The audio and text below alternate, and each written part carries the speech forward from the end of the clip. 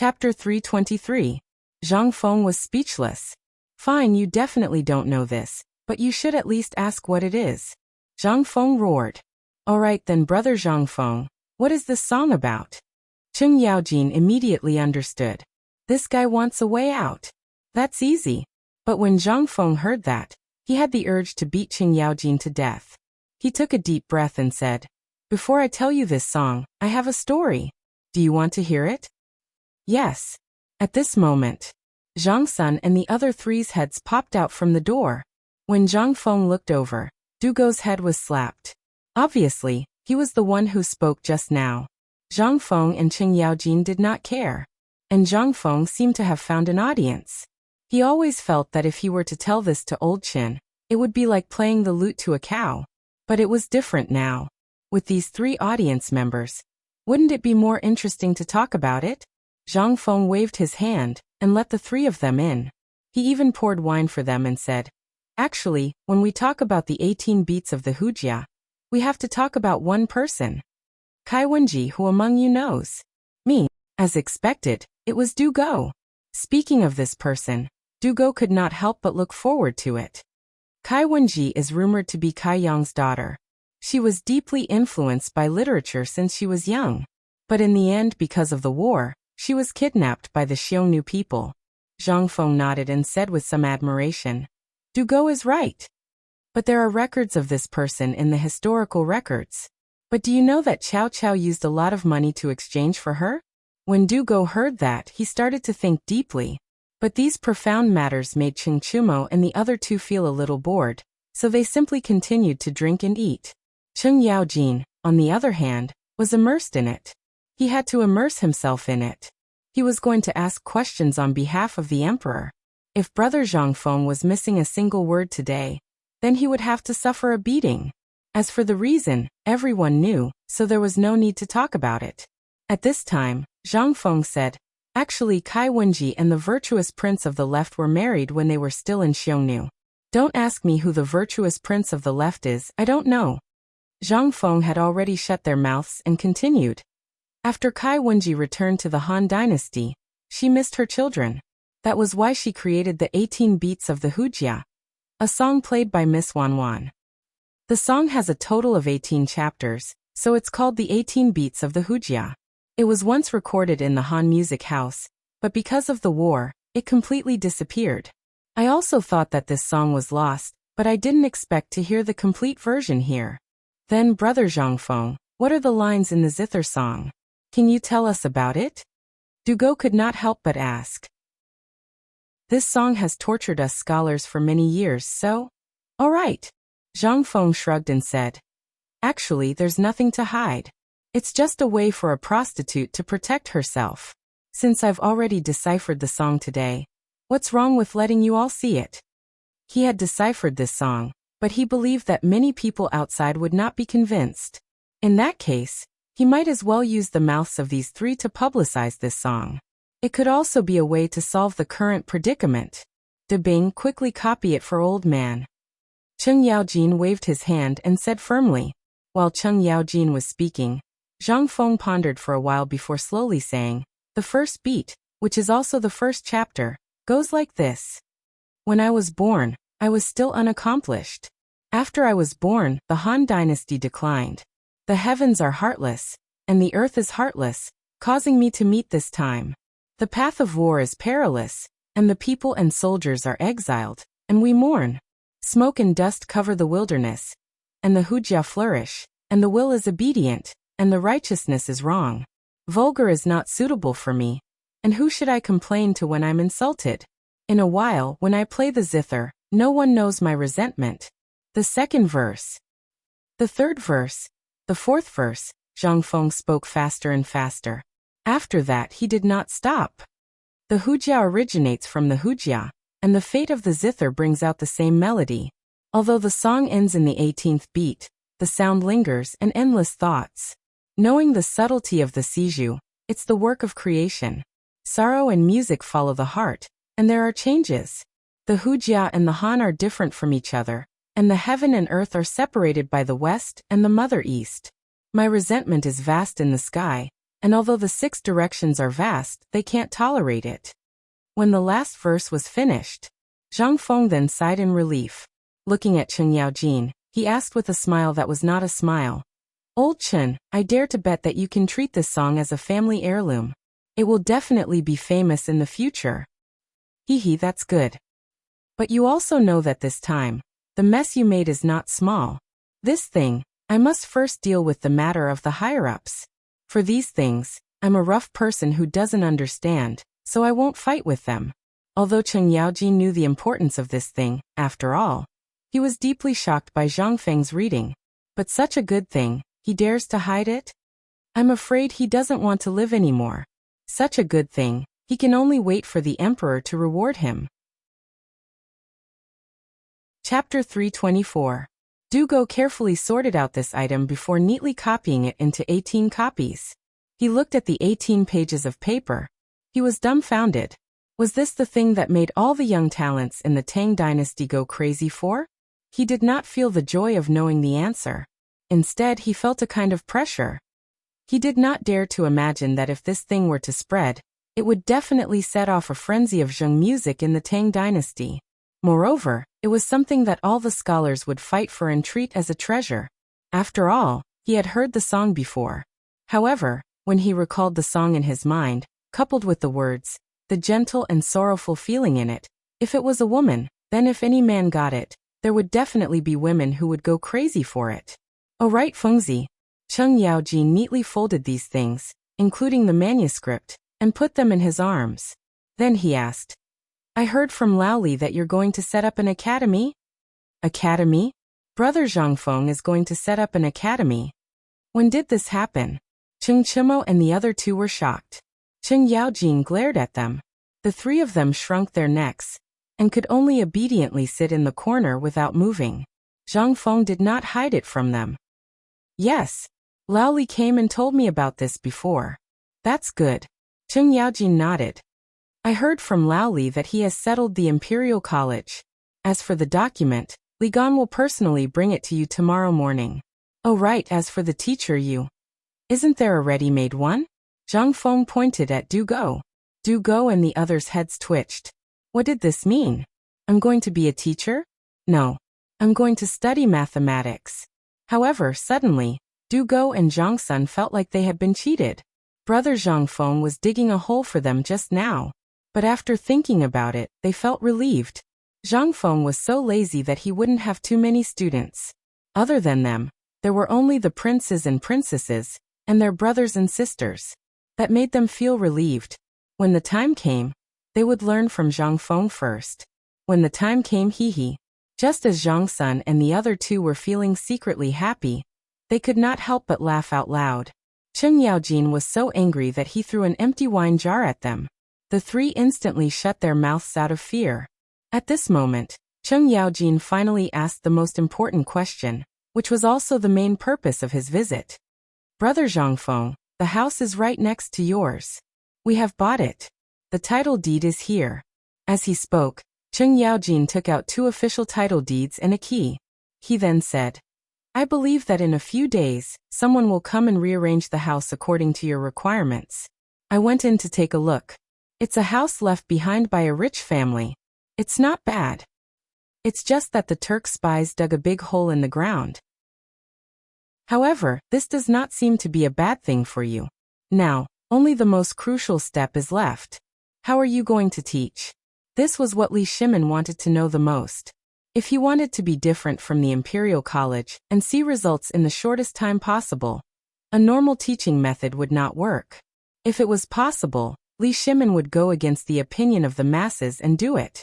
That was why he was worried and asked Chen Yaojin to use this matter to ask. At the same time, he also wanted to know what Zhang Feng was planning. Hearing this, Zhang Feng nodded. The house is just like that. You just need to find the craftsman for me. As for the rest, I will arrange it. But the teaching method? Zhang Feng did not even think about it before. And he did not have time to think about it. Now that Chen Yaojin mentioned it, he remembered this matter. The teaching method. Zhang Feng thought for a moment, and came up with a plan. At the beginning, there can't be too many people. The people can only be from your houses. As for the future, we will talk about it later. The numbers have been decided. So old Chun, tell me, how many children do you have in total when all your families are added together? I will calculate what teaching method is suitable. In terms of children, we have 4 boys who are of suitable age. Let's not talk about the others for now. Lao Li's house also has 4. If we add them up, we have about 50 to 60 children. 50 to 60 children? This, Zhang Feng was stunned. This was just a few families, and there were so many children? Zhang Feng was speechless. People in this era were really good at giving birth. But thinking about it, it was not so strange. This was a student from the first class. Was this how primary school students were taught? Zhang Feng carefully recalled the teaching method of primary school students in his previous life, and then said, let me say first, my teaching method is different from anyone's teaching method now. First, I will not let the students memorize things by rote. Second, I will only teach everything once. As for how much they can learn, it depends on the individual. Every day at the beginning of the class, they will recite ancient poems and famous sentences. At the end of the class, there will be a 2-hour break. In the afternoon, there will be a handicraft class. As for what to do, it will depend on my mood. Brother Zhang Feng, does this include the physics that you mentioned? Is there still mathematics? Du Go asked the question he wanted to ask the most. However, Qing Yaojin's eyes widened as he asked, what is this? And, what the hell is physics? Chapter 325. Zhang Feng was also dumbfounded. He didn't know how to respond to this. Hey Dabing, show old Chen the thing I gave you. Also explain it to old Chen. Zhang Feng couldn't be bothered to say anything else. After Du Go's explanation, Cheng Yaojin was also dumbfounded. Especially when he saw the arithmetic table in Du Go's hand. This thing he couldn't understand. Especially that 1 by 1, 1 by 1, something like that. How could he understand it? But even if he couldn't understand it, he still knew a little about arithmetic. I remember that the mainstream now is the 9-chapter arithmetic. Can this thing be compared to the 9-chapter arithmetic? What I mean is, can this thing really surpass the 9-chapter arithmetic? Cheng Yaojin really couldn't understand. But this time, Du Go also looked at Zhang Feng. Let's use the abacus as an example. Most of the 9-chapter arithmetic requires the assistance of an abacus. It's very tedious to calculate.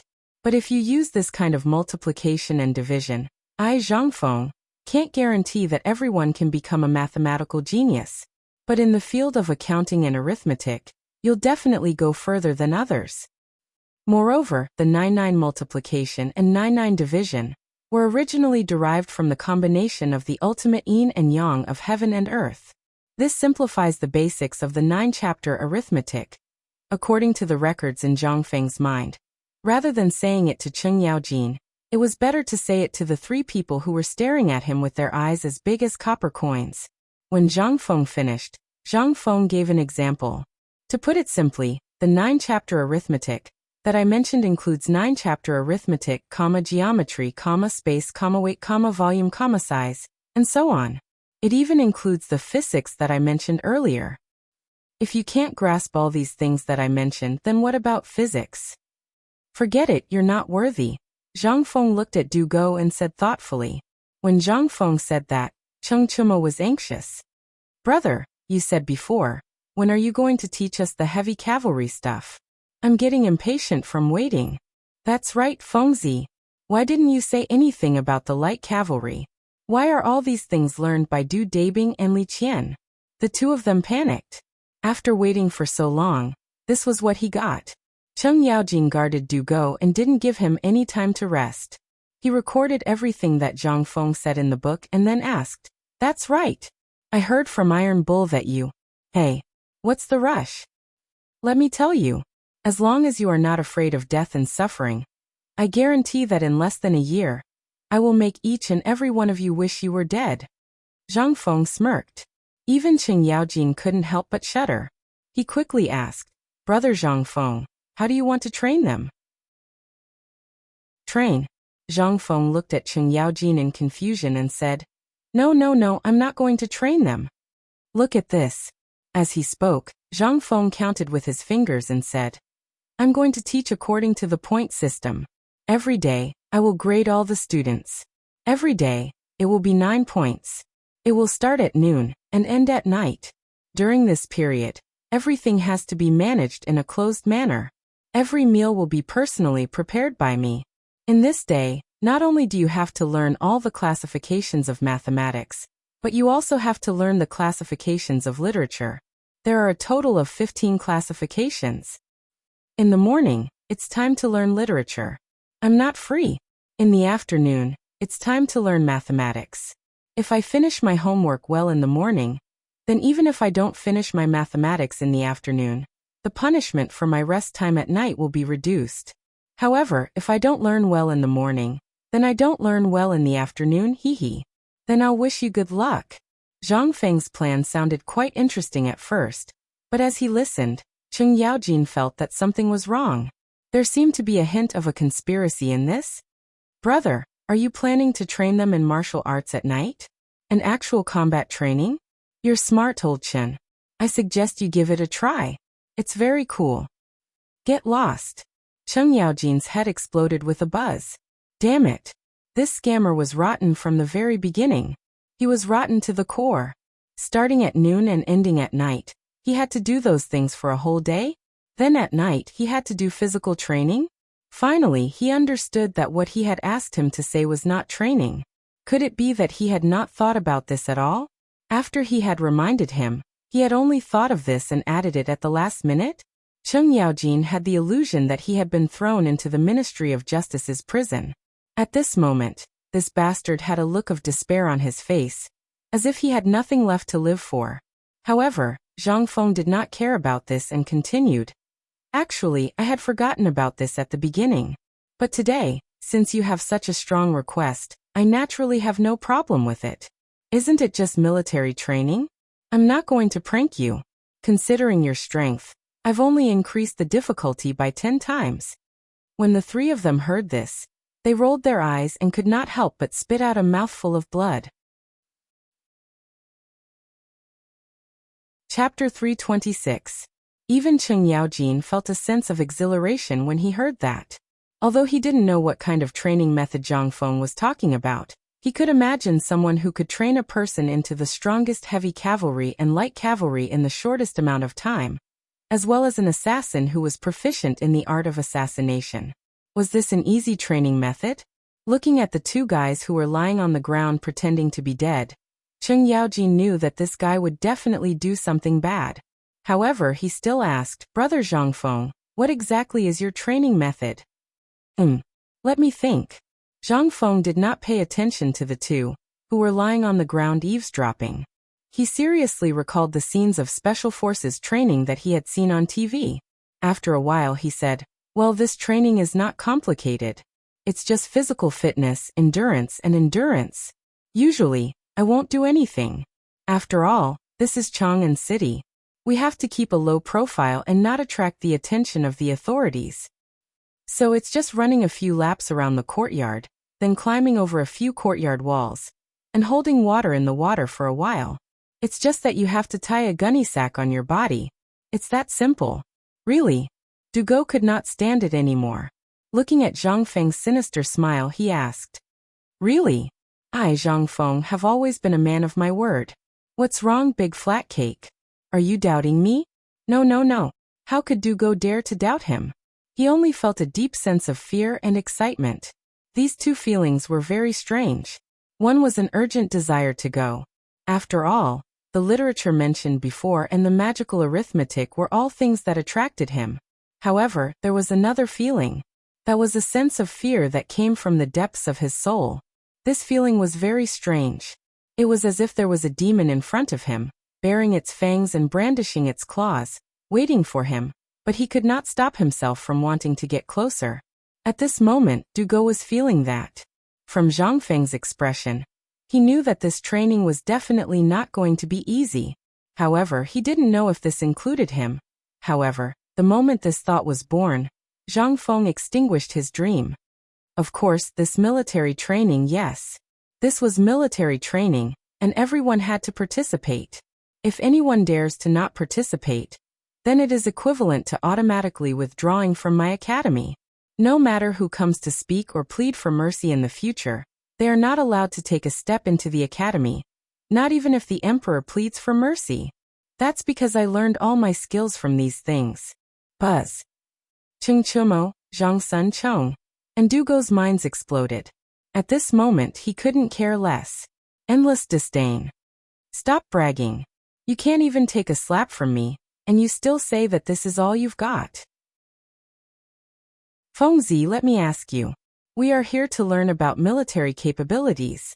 What's the use of learning about literature? Don't tell me that you want us to argue with the enemy on the battlefield in the future? Cheng Yaojin also felt a headache. Zhang Feng shrugged and asked, then let me ask you. First, how can you calculate the number of people from the scale of the place in the shortest time possible? How can you calculate whether the enemy is heavily armed, heavy cavalry, or light cavalry from the hoof prints and wool prints? Or how can you determine whether the enemy can prolong the battle from the speed of the enemy's division? The two were dumbfounded. Even the military god, Cheng Yaojin, was stumped by this question. How should they answer this? Who would calculate these? Brother, if we met on the battlefield, who would have the time to calculate this? Would we just wave our arms and be done with it? Wrong. Zhang Feng shook his head and looked at Cheng Yaojin, saying, you don't know military books.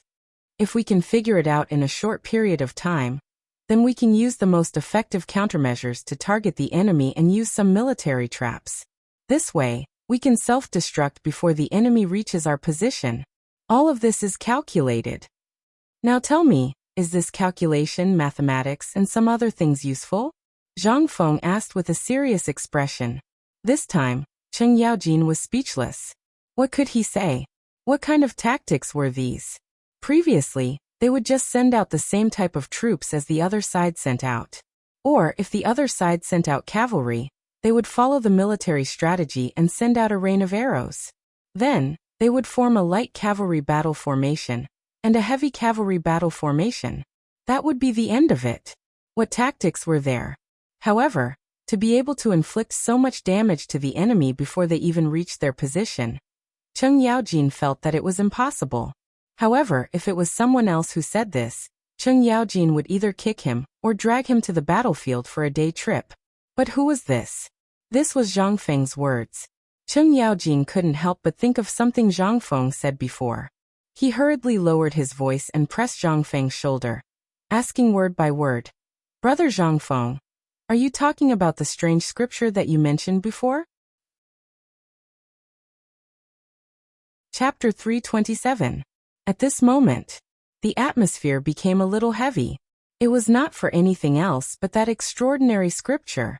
Once they learned that Zhang Feng was teaching them the extraordinary scripture, then, how many of Cheng Yaojin and the others would dare to learn it? Even if Zhang Feng dared to teach it, they would not dare to learn it without the emperor's permission.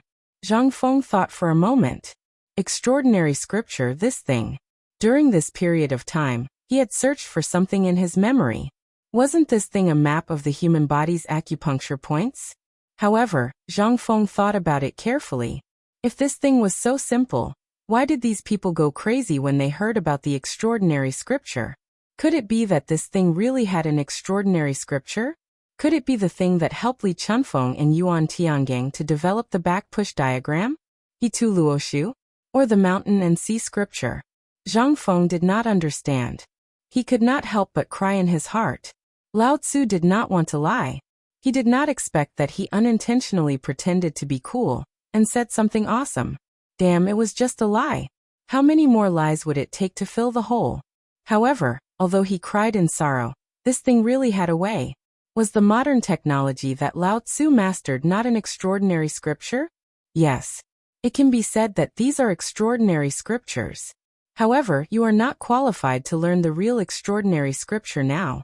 Only when you have really mastered the so-called that, you are qualified to learn the extraordinary scripture. That. Qualified. Only then did everyone relax a little. However, everyone's interest was piqued again. Cheng Yaojin was obviously the most qualified among them. Now he was the one who went to ask about this. He put his arm around Zhang Feng's neck and poured him a bowl of wine. He asked with a smile, "Brother Zhang Feng, tell me, how far away is the extraordinary scripture from now?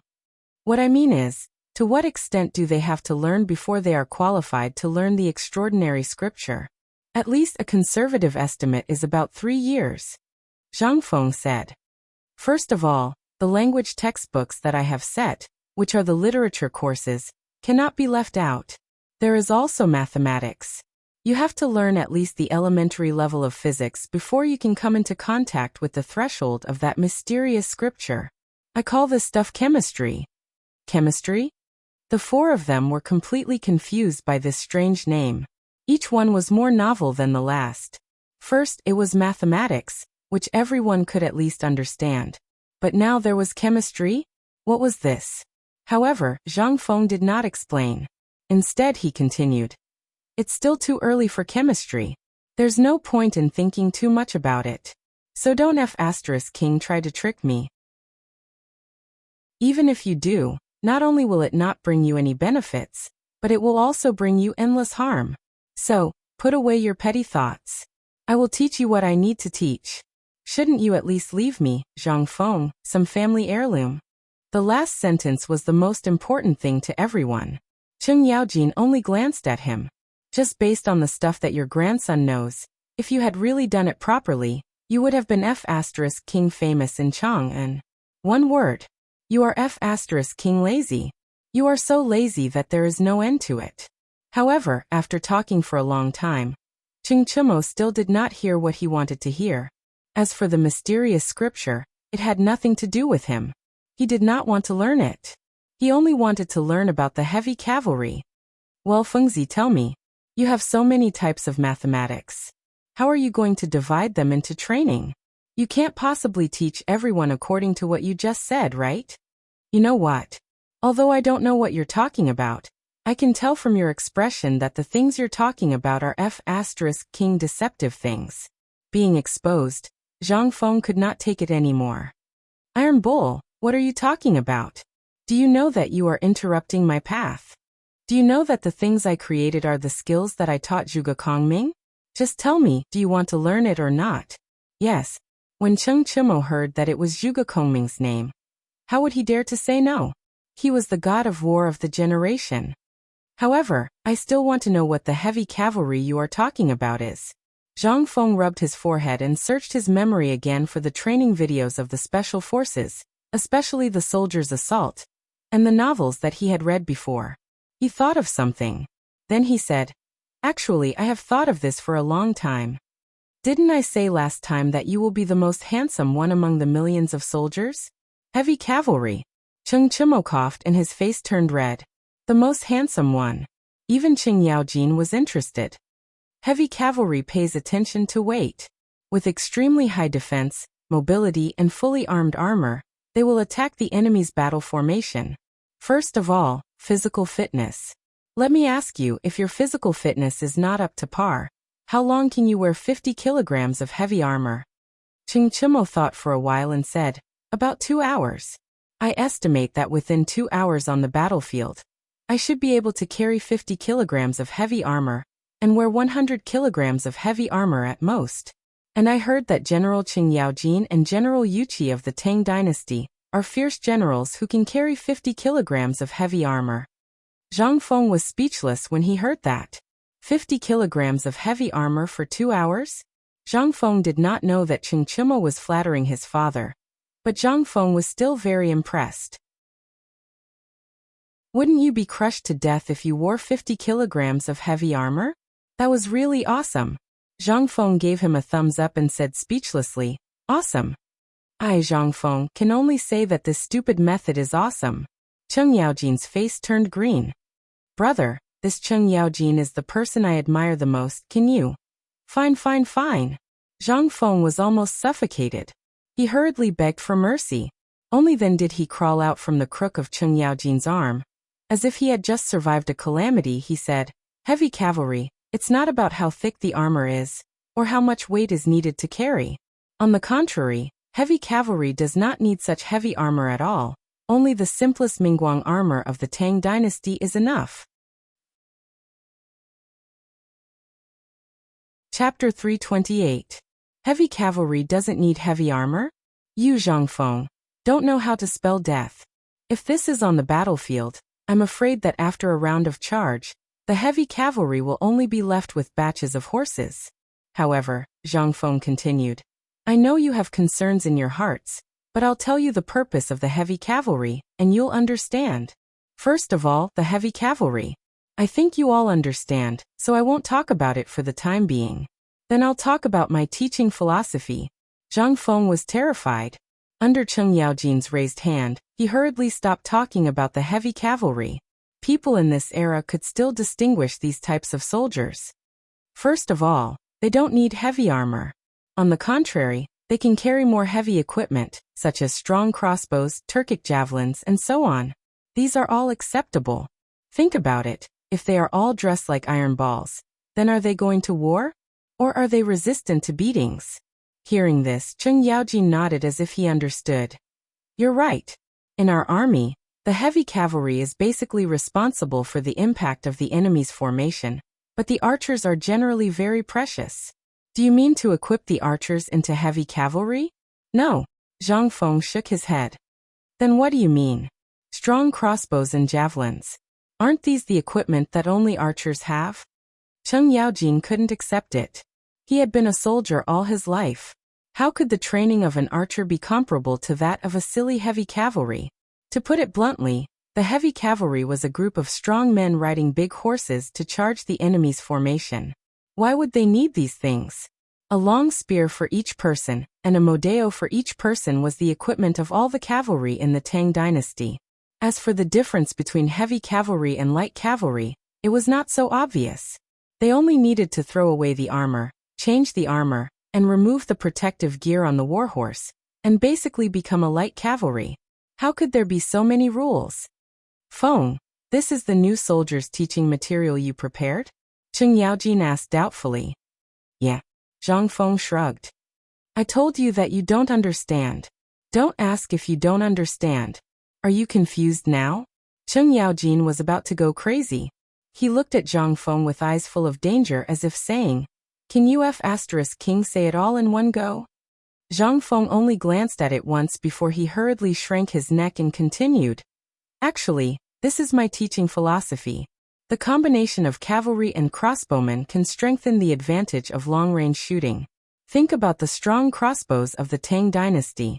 They can accurately shoot the enemy within 200 meters, but cavalry doesn't need to shoot so accurately. As long as there is a round of cavalry shooting, it can intimidate the enemy. It doesn't matter if we kill the enemy or not. We just need to intimidate them with our aura. As for the real killing of the enemy, let's welcome the light cavalry. At this point, Cheng Chimo finally understood a little. What you're saying is that the heavy cavalry is just for show on the battlefield. Running away after acting tough? Zhangfeng choked on his food. You can understand it that way. It's very awesome and very powerful.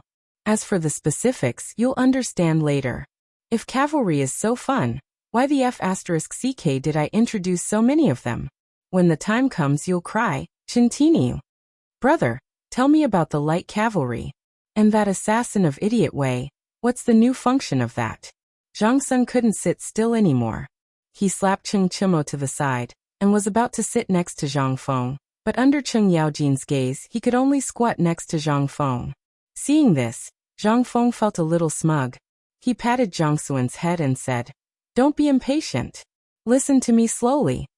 Everyone's forehead was full of black lines. For this matter, we have to start with the heavy cavalry. After all, the cavalry's archery is only a deterrent, to make the enemy mistakenly think that we're constantly charging. And to be the best of the best, we'll definitely be heavily targeted by the enemy. So at this time, it's time to show the importance of the heavy cavalry. Shield. This thing, you're all familiar with it, right? As long as there's a shield, it can block the attack without hindering the coordination of the body. And at the moment of the enemy's attack, it can use the shield formation to temporarily form a battle formation. This is a test of the flexibility of the heavy cavalry. But there's an important factor in this, and that is the leader of the heavy cavalry who becomes the target. If you, Tiniu, want to become such a person, You must coordinate all the strength in your body. Besides bearing weight, you must be more flexible in using your strength. This way, your brothers won't die in vain to protect you. The heavy cavalry that I want only has 3 requirements. As long as you can pass, then congratulations on the battlefield. You'll become the most beautiful child. First, coordination, perfect cooperation, and orderly discipline. Second, take off the heavy armor, put on the light armor, and put on the shield. You only need to know that on the battlefield, you'll be a mad bull, and you'll be finished. Third, if you want to become the leader of this group of madmen, you must perfectly satisfy the first 2 requirements. Chintiniu, you still want to become the most beautiful child on the battlefield? Become the heavy cavalry I mentioned. Chapter 329. How could Chingchimo not think about it? As a military family, his dream was to surpass his father's existence. He wanted to use his own fists to create his own career. He did not want to rely on his father's halo to pass his days in a daze. He was already sick of it. However, his father was not stupid. He was just pretending to be stupid. This was the only way for the Chung family to prosper. This was also the rule of being an official. He must not leave any evidence for the emperor and the other civil and military officials to use against him. Otherwise, that little bit of evidence could become a fatal blow. This was the reason why Chingchimo was so excited when he heard that Zhang Feng wanted to teach him about the heavy cavalry. Originally, he was in despair. Even if he knew, his father would not let him join the army. As for his official career, forget it. In Cheng Yaojin's words, their ancestors were not people who held a pen. However, he did not know what happened in the end. He actually agreed to change the song, which could be considered as tacit approval of his wish to join the army. This caused Chengchimo's heart, which had already been extinguished, to burn once more. Zhang Sun was the same. He also wanted to join the army. However, it was also because of his status as a duke that he could not breathe under the pressure. However, after knowing the emperor's tacit approval, how could he not be excited? At this moment, after hearing that the heavy cavalry was so awesome, how could he sit still? He asked impatiently, "Brother, you are the savior of my insect. Tell me, what is this light cavalry? How is it different from the current light cavalry?" Zhang Feng thought for a moment and said, "There is really no difference." "What?" Zhang Sun exploded. Chingchimo smiled. Zhang Sun saw that Zhang Feng was deep in thought. He took the opportunity to pick up a wine jar from the ground and smashed it on Chingchimo's head. This time, Chingchimo finally quieted down. "Brother, think about it carefully. If you really teach me this skill, even if I have to climb a mountain of swords or swim in a sea of fire, I will repay you." Fengzi. Just say it. You see, Qingtai, you are already so awesome. You can't. Zhang Sun stopped thinking about what Zhang Feng was thinking. He could not help but ask suspiciously, "Brother, are you bragging? Who the F***CK is bragging about this?" Zhang Feng was annoyed. "Let me tell you something. If it's the light cavalry, then there is a way to differentiate it. But since you are so anxious, I think of something. Light cavalry should be light and easy to catch the enemy off guard." Zhang Feng had only combined the war horses of this era. However, when Zhang Sun asked, he did not know what to do. However, when he saw Chintinia smiling, he instinctively picked up a wine jar from the ground and smashed it on Chintinia's head. Instantly, Zhang Feng thought of a soldier class. Who the F***CK said that light cavalry has to be a cavalry? Who the F***CK dares to say that? I really want to chop him up. Special forces. This profession was very suitable for this guy. There was no choice. This guy was too active and agile. Such a person was suitable for fishing in troubled waters. Cough cough. It was not fishing in troubled waters. It was taking advantage of the chaos to launch a surprise attack. Thinking of this, Zhang Feng narrowed his eyes and said, "Chong, I only have one thing to say. If you think it's okay, then this matter is settled. If you don't think it's okay, then follow Tai Niao." "Say it. Who the F***CK is as reckless as him?" "Lao Tzu." "That, please say it." Zhang Sun said excitedly. However, when he raised his head and saw Qing Yaojin staring at him, He trembled and quickly changed his words. Zhang Feng could tell that although this group of people was usually sloppy, they would have their own opinions when faced with a real problem. Zhang Feng could not help but say, I once had an idea.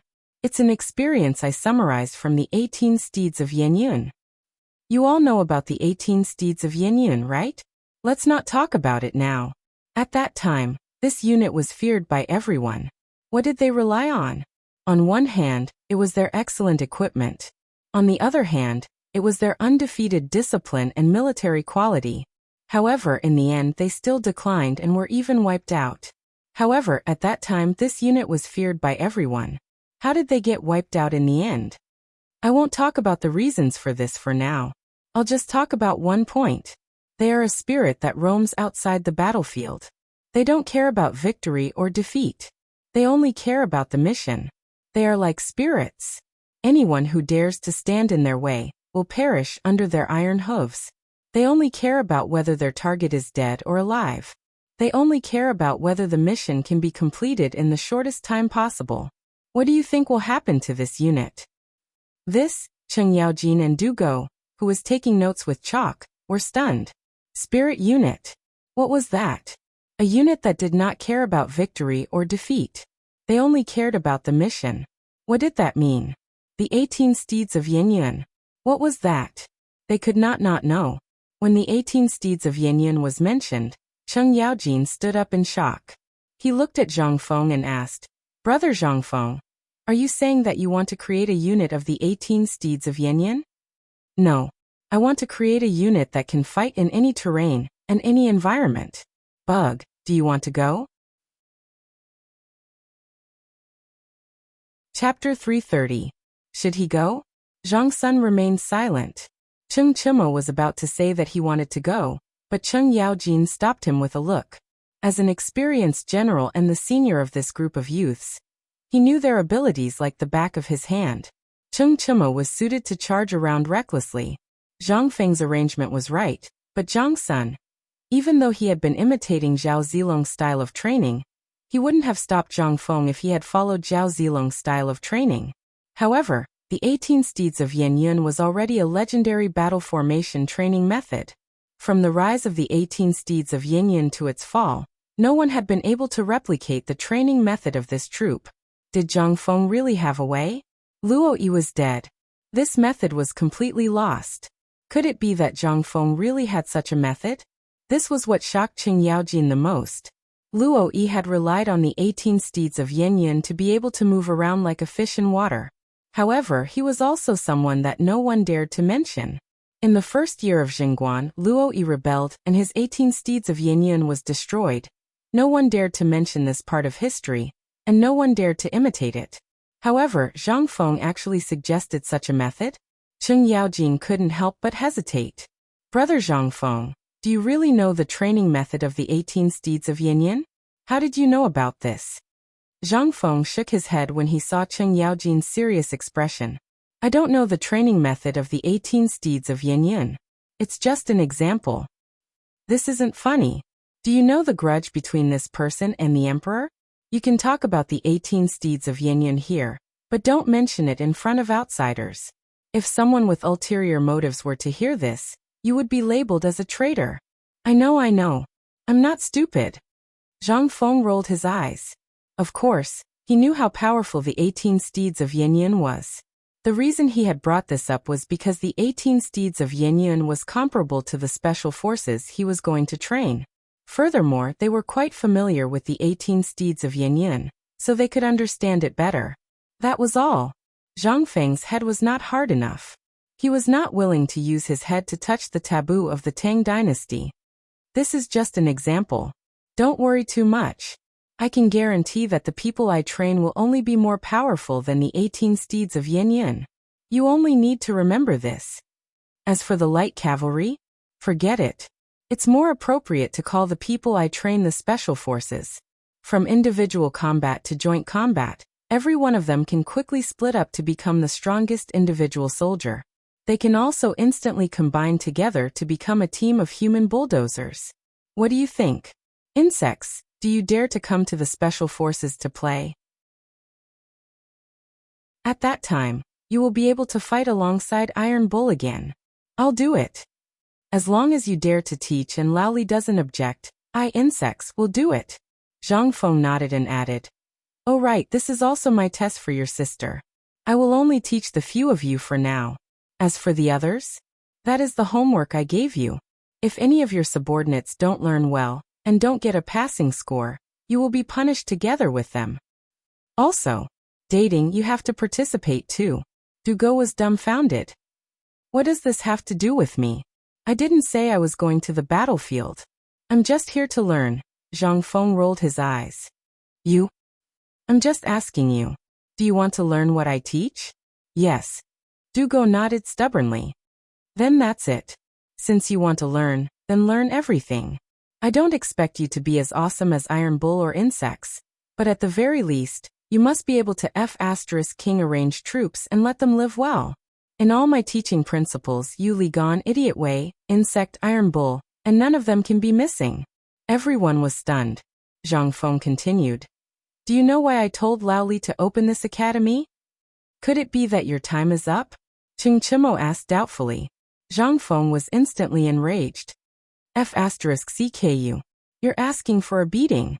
Ching Chimo scratched his head and said, "Didn't Lao Li and the others say that you have been cultivating in that place for 5,000 years? F***CK off. Can't Lao Tzu act cool? F***CKU.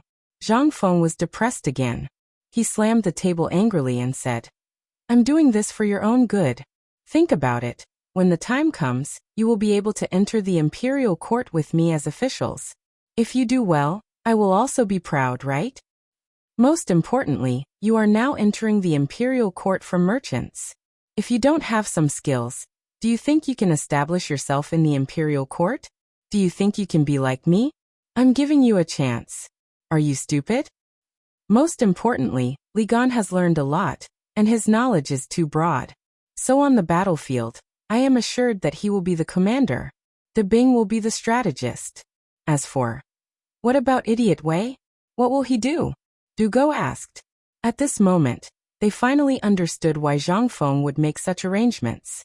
This method, even with their current status, would give them a chance to challenge those old fogies in the imperial court after they were conferred titles on the battlefield. Because all they had was a single word. Everything. 2 words. A wide range of knowledge. From mathematics, to economics, to war planning and so on, they were in charge of everything. However, there seemed to be one person missing. Idiot Wei. Chapter 331. As for Wei Shiyu, Zhang Feng didn't know why everyone called him Big Idiot. Although he looked rash, he didn't look like an idiot. He was Old Wei's son. Old Wei looked so smart. Could it be that this was the gene saying that when things reach an extreme, they will move in the opposite direction? Zhang Feng couldn't make sense of it. However, after interacting with this group of people for so long, he more or less understood the situation. Big Idiot Wei was really suited for the path of assassination. Lao Li actually dared to let him be his personal bodyguard. That night he actually climbed up my roof without me knowing. From that moment on, I knew that this guy was good at the path of assassination. Then what kind of awesome assassination technique have you mastered? Dugo was eager to give it a try. Zhang Feng was speechless. He looked at Dugo as if he was looking at an idiot. "I think Big Idiot Wei shouldn't be called an idiot.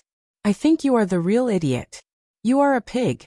If I knew a little, would I be beaten by you guys like a rubber ball?" Dugo didn't care that he was being looked down upon by Zhang Feng. Instead, he wanted to know more about the path of assassination. Cheng Yaojin couldn't help but ask, "Fengzi, the path of assassination you are talking about is?" Zhang Feng drank a mouthful of wine. He stood up, clasped his hands behind his back, and narrowed his eyes at the door.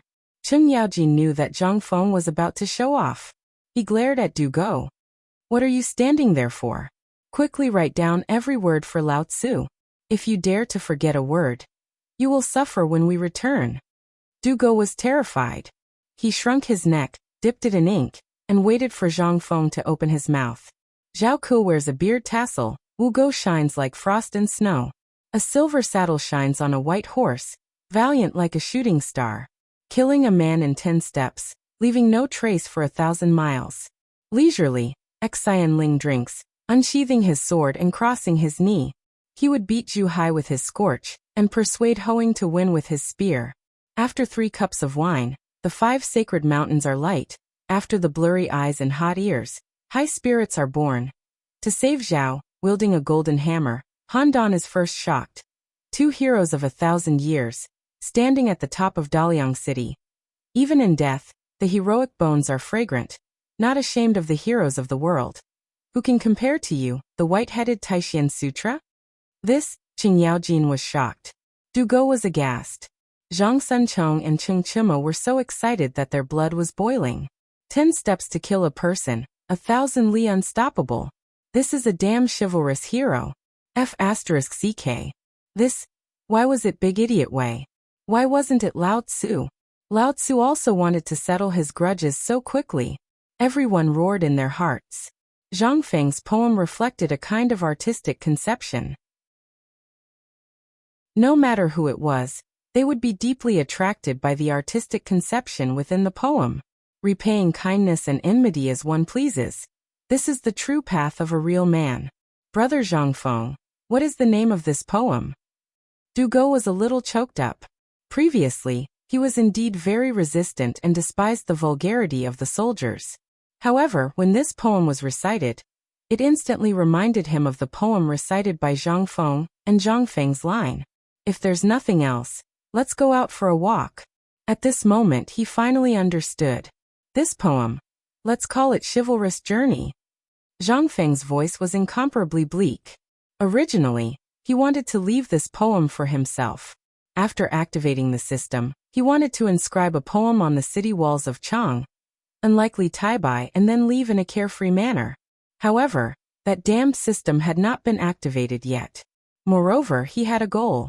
For example, he wanted to become the emperor equal to the emperor, and then watch the whole world become the territory of the Tang dynasty.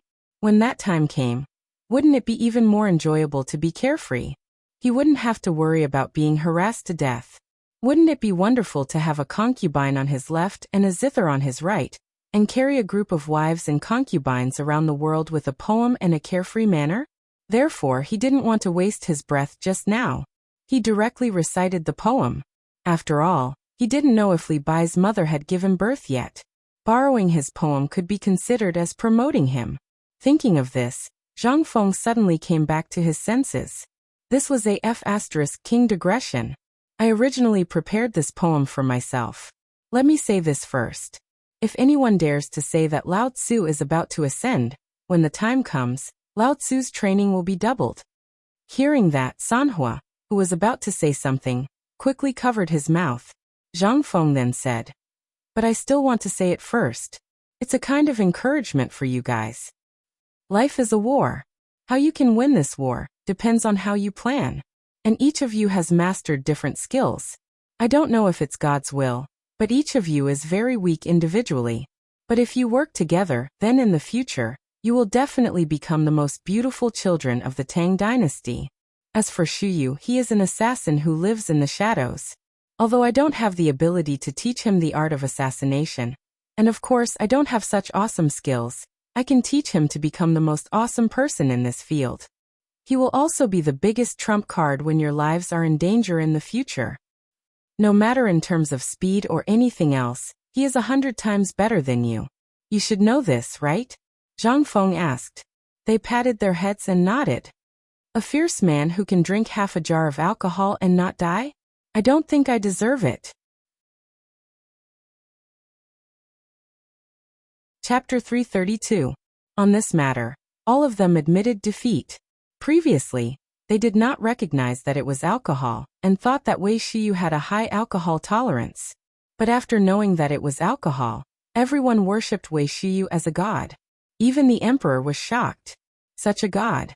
Cheng Chimo and the others were full of admiration for Zhang Feng's arrangement this time. Think about it, she was fine with alcohol. What about them? They probably did not even dare to drink. Looking at Du Go, this guy only drank a bowl, and was drunk for a day. How could they compete? Qing Yaojin stroked his beard. Seeing that Du Go had more or less remembered everything, He stood up. Fengzi, since this thing has come out, let's go back and tell Laoli about it. We'll make preparations here. Oh right, don't run around if you have nothing to do. Laoli is afraid that something will happen to you. Also, don't waste your ability. After saying that, Cheng Yaojin put down a string of money and left. He left in a carefree manner. However, Zhang Feng seriously suspected that this guy was insulting him. But he did not have any evidence. After finishing the matter here, Du Go poured a bowl of alcohol and came to Zhang Feng's side.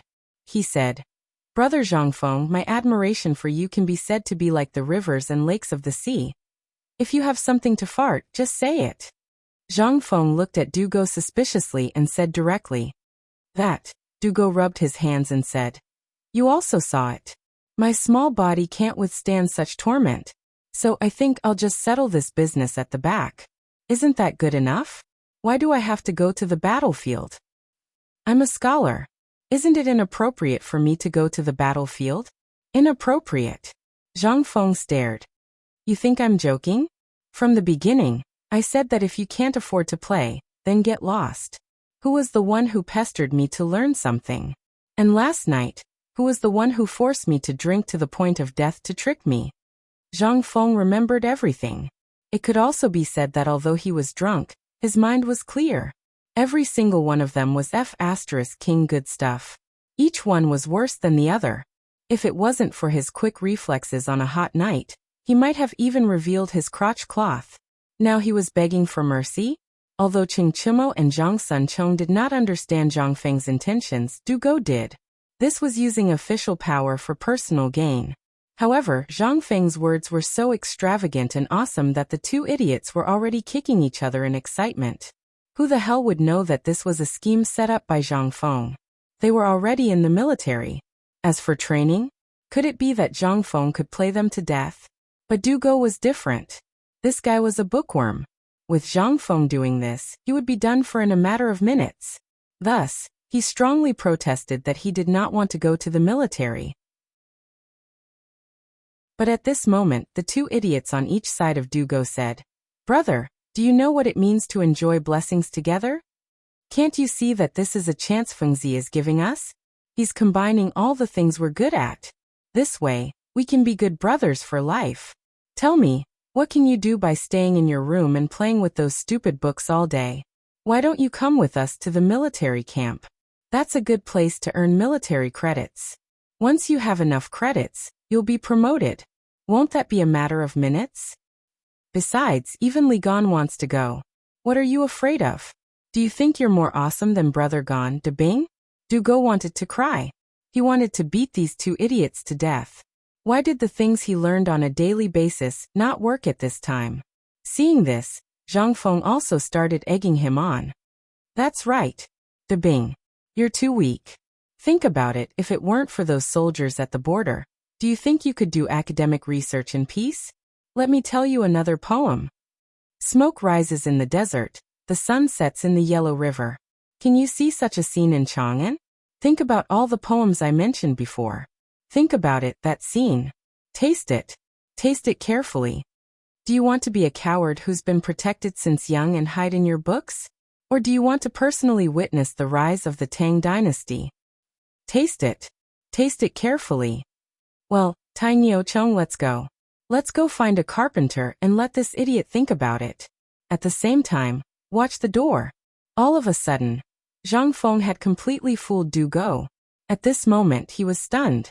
In the end he was like a wooden sculpture, stunned. Zhang Feng happily pulled Cheng Chimo and Zhang Sun out of the door. As soon as they went out, they were startled by the glaring sunlight. For the first time, Zhang Feng felt that this wasn't too bad. Life is like a drama. It's all about acting skills. Fengzi, why are we going to find a carpenter? Fix the door? Why don't we just replace this broken door with a new one? Cheng Chimo scratched his head in confusion. Zhang Feng slapped the back of Cheng Chimo's head and shouted, Lao Tzu, this door has a grudge with your Chen family. Today you have to replace it with a sturdy one. If it's broken in the future, I'll blame it on you. Also, when did I say that I'm looking for a carpenter to fix the door? Chapter 333. Then why did we come out? Zhang Sun looked at Zhang Feng curiously. But when he saw the wretched look on Zhang Feng's face, he suddenly understood. Are you going to see Miss Jingshu? Get lost. I'm not that perverted. Ghost. Now tell me, last night, did you? Zhang Sun gave him a knowing look. Zhang Feng wanted to beat him up. Damn you, is Lao Tzu such a shameless person? Do you think everyone is as impatient as Iron Bull? Even if Lao Tzu wants to do that, he has to be romantic. Otherwise he doesn't deserve his status. Zhang Feng also began to brag. Chingchimo was not having it. He pointed at his nose and asked, Bro, what does this have to do with me? You're ugly. Get lost, stinky bug. You're the ugly one. Your whole family is ugly. Oh right, could it be that you're not here to see Miss Jingshu, but to see Miss Zhang? The two idiots couldn't help but show a gossipy look. Zhang Feng wanted to beat them up. F***ck off. F***ck off. I just want to come out and take a walk. Mother ***ker. Why is your head full of women? Lao Tzu is a scholar. That's not right. Cheng Chimo was the first to lose it. He wanted to stir up trouble, but he was blocked by Zhang Feng first. That's enough. All of you stop talking nonsense. I came out this time to think about how to quickly get the teaching tools ready. When the time comes, all of you annoying fellows should get the hell out of the school as soon as possible. I'll get the old scholar to teach you. Wait. Zhang Sun looked at Zhang Feng in surprise and asked, You mean let the old scholar teach us? What can he teach us?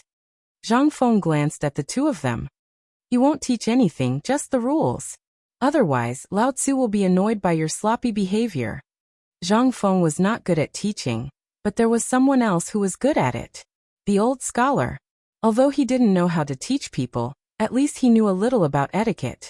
Before teaching them, he had to smooth out their edges. This would be helpful for their future development. They were like a sword now, a sword full of killing intent. If he didn't let them hide their edge first, damn it, in less than 3 months, he would definitely be on the same level as those teachers. He trampled 20 years old. He didn't want to go bald. So, he thought of the old scholar. Although the old scholar rejected him previously, Zhang Feng was confident that he could fool him again. And he would take the initiative. He was a scholar. Don't they all like those poems and songs? In any case, he had already memorized the 18 strokes of Hygge. What was there to be afraid of in the future? This was good stuff. Kai Wenji's posthumous work. Even if he took it out now, there would be scholars going crazy. As long as he waved it in front of the old scholar's eyes, the old scholar would definitely come. What's more, once the old scholar learned how to play it, he would be able to bring Miss Jingshu over and have her teach this group of loafers. That would be a wonderful thing. As long as he said it a little pretentiously. He, Zhang Feng, believed that no one would not want to learn. After all, life was just a show. What did it depend on to appear? It was frivolity. No. There was one more person. Miss Zhang. He had to get her too. Washing clothes, cooking, serving tea, etc. He had to serve her. Otherwise, wouldn't he be letting himself down? Thinking about it, Zhang Feng couldn't help but smile. His smile was so cheap. Iron Bull, look at this guy. Is he thinking of women? Look at his smile. It's frivolous. Zhang Sun looked at Zhang Feng with infinite disdain. Cheng Chumo also looked at Zhang Feng and subconsciously leaned back. Let's stand further away. This guy is probably in heat. On the other side, in the Zhang residence. At this time, Miss Zhang, Zhang Yuyao, was listening to the maid Chuier talk about the Yanlai restaurant. Her eyes were filled with shock. Chui. Or do you think that young Master Zhang and that Jingshu, when the time comes for me to marry into their family, will I be the official wife? Miss. What are you thinking? I heard from the people in Yanlai restaurant that young Master Zhang is a big idiot. People enter Yanlai restaurant to do that, but he just stood in the hall in a daze. He's also amazing, breaking all of Jingshu's zither songs. So under a freak combination of factors, this happened. It's also that group of stubborn and hateful people. They knew that the son-in-law didn't know anything, but they still brought him to that kind of brothel. Miss, do you want to write a letter to let Prince Zhang stay away from those stubborn people? Chuier. Zhang Yuyao's cheeks were red. She glared at Cui and said shyly, "You also know that young Master Zhang is a little slow on this matter. Maybe after those stubborn people do this, Prince Zhang will be enlightened." "Okay, miss, I was worried that you would take things too hard. You're so shameless." Cui was anxious. She went up and played with Miss Zhang. While the two were playing, Cheng Yaojin's servant, Old Ning, personally came to the Zhang residence's door. Chapter 334. Old Ning came to visit. And he didn't have a famous visiting card, which was not common in the business circle. The status of the merchants in Great Tang was extremely low, and the Zhang clan was no exception. Today, when the attendant saw the other party, he could tell from the other party's eyes, the calluses on his hands, and his attire that the other party was a soldier. How could Zhang Shan, the patriarch of the Zhang family, not see this? Just when he saw the way the man walked, he understood everything in an instant. The purpose of this man's visit was not simple. Is it because of the jade hairpin? Thinking of this, Zhang Shan looked a little nervous. He looked at Old Ning and hurried to greet him. "Brother, please forgive me for not coming out to meet you." Zhang Shan cupped his hands and was about to greet him. Old Ning was not a reserved person. After Zhang Shan greeted him, he nodded and said, "I'm also here on the order of the patriarch. I'm just here to have a look." Hearing this, the Zhang family, who had been trembling with fear, became more confused. The visitor was obviously a soldier. If he was not here for the jade hairpin, what was he here for? But at this time they couldn't figure it out. Since it was not a bad thing, they dismissed the women and led Old Ning into the living room. After serving tea, Old Ning said, "I've heard that there is a strange woman in the Zhang family. My master wanted to visit her in person, but he was busy, so he sent me here with a gift." Zhang Shan was confused. What does this mean? Gift. What is there to celebrate? Could it be that son-in-law? Zhang Shan was also a clever person. He hurriedly took a red sandalwood box with both hands. Old Ning then said, "I know you are confused. My master and Zhang Feng call each other brothers. This gift was originally for Zhang Feng, but that guy is also an interesting person. He said that there was no need for gifts between brothers, so he refused the gift. But my master is also very curious about Zhang Feng's future in-law, so he sent me here to have a look and to know the family. That brat is an unreasonable person. Although he is very talented, his character is too stubborn. He has never accepted ill-gotten gains. Otherwise, with his ability he would have earned a lot from Zhang Feng. However, such a young man is rare." Old Ning followed Cheng Yaojin's instructions and learned about Zhang Feng's ability from Cheng Yaojin. Only then did he praise Zhang Feng. This was not a big deal. The most important thing was that Cheng Yaojin was afraid that Zhang Feng's matter today would cause the Zhang family to misunderstand. So he asked him to clean up after Zhang Feng. It could also be considered as a way to find out what the Zhang family was up to.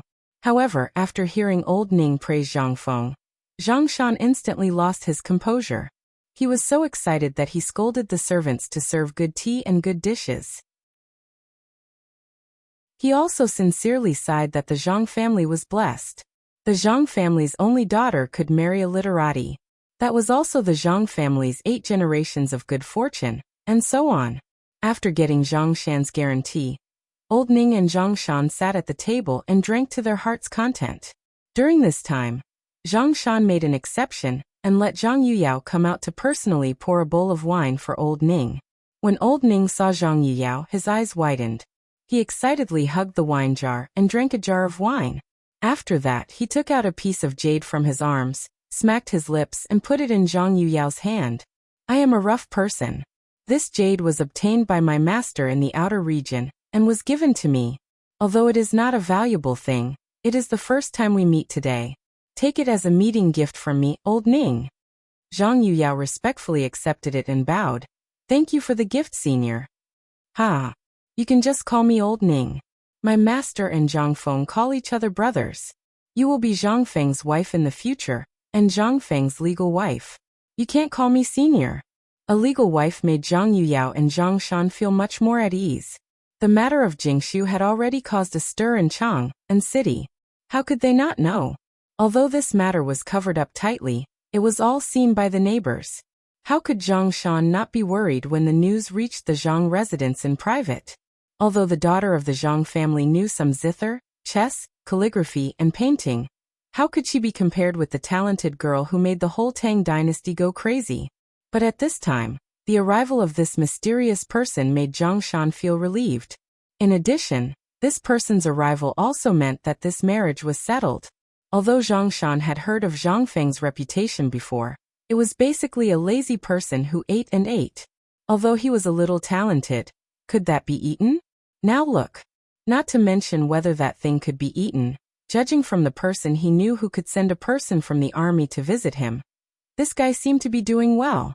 And that piece of jade, although it was for his daughter, at a glance, he knew that it was definitely worth more than 10 taels of silver. Mutton fat jade. This thing was not something that an ordinary family could take out. Could it be that Zhang Feng's future son-in-law was really lucky and had a relationship with a rich official? After drinking with old Ning for a while with a heavy heart, old Ning left with a satisfactory answer. Zhang Shan stroked the beard on his chin and carefully opened the delicate wooden box under the nervous gazes of Zhang Yuyao, Madam and Zhang Shan. However, when Zhang Shan saw the thing inside, his eyes could not help but shrink violently.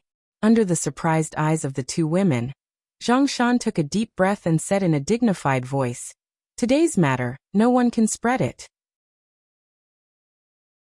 Just take it that the future son-in-law sent someone to visit Wang Yuyao."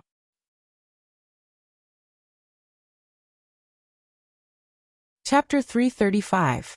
Everyone was dismissed. It was rare that Zhang Shan did not even do any business today. He sat alone in the study, staring at the wooden box in his hand in a daze. "Father." After an unknown amount of time, Zhang Yuyao's voice slowly appeared in the study. Yuyao was wearing a light yellow gown. She had a pair of big eyes and the red lips she inherited from her mother. Everything about her was so seductive. Yuyao's mother was a Huji. When Zhang Shan was young, he was a slave of a rich family. Because he was good at making snacks, the old lady in the family liked him very much. That was why he was given the surname Zhang.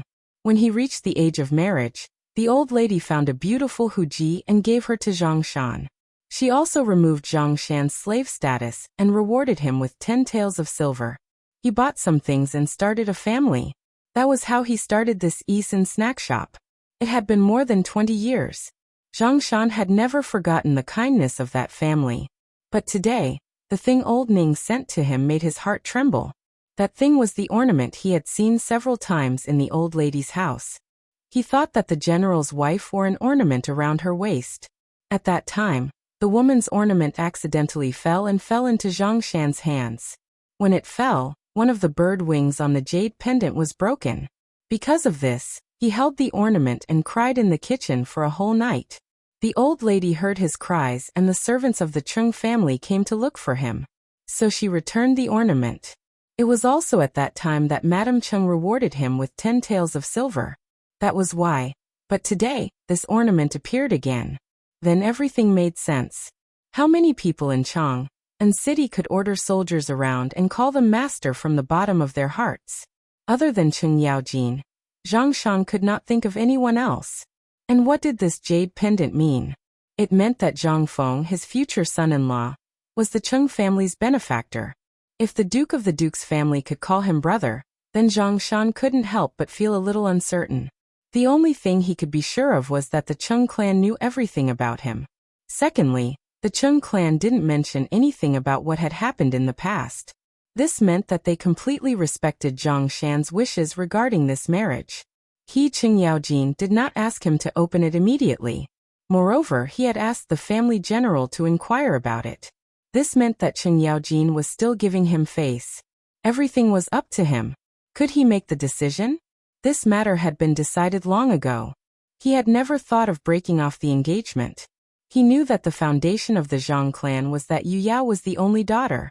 He only hoped that Yuyao would be satisfied with this marriage, and that she would be happy in the future. That was enough. The reason why he agreed to the old scholar's marriage was mainly because of Zhang Feng's talent. They were both surnamed Zhang. This was the main reason why he had agreed to this marriage.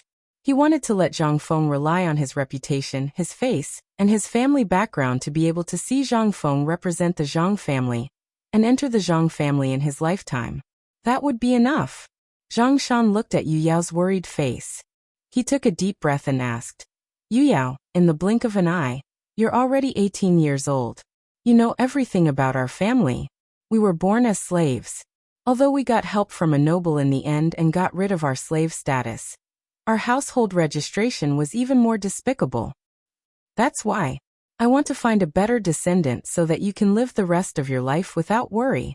But you also know that the people in Chang'an city are either rich second generations or the sons of officials. With our family status, you can only be a concubine. I can't bear to see you go. I can't bear to see you suffer. Father. Yu Yao also cried like a pear blossom in the rain. Zhang Shan sighed and wiped away his tears. I shouldn't have said these things. But I just want you to know that we didn't have a choice in our birth. So I'll ask you again. You've heard of Zhang Feng's reputation.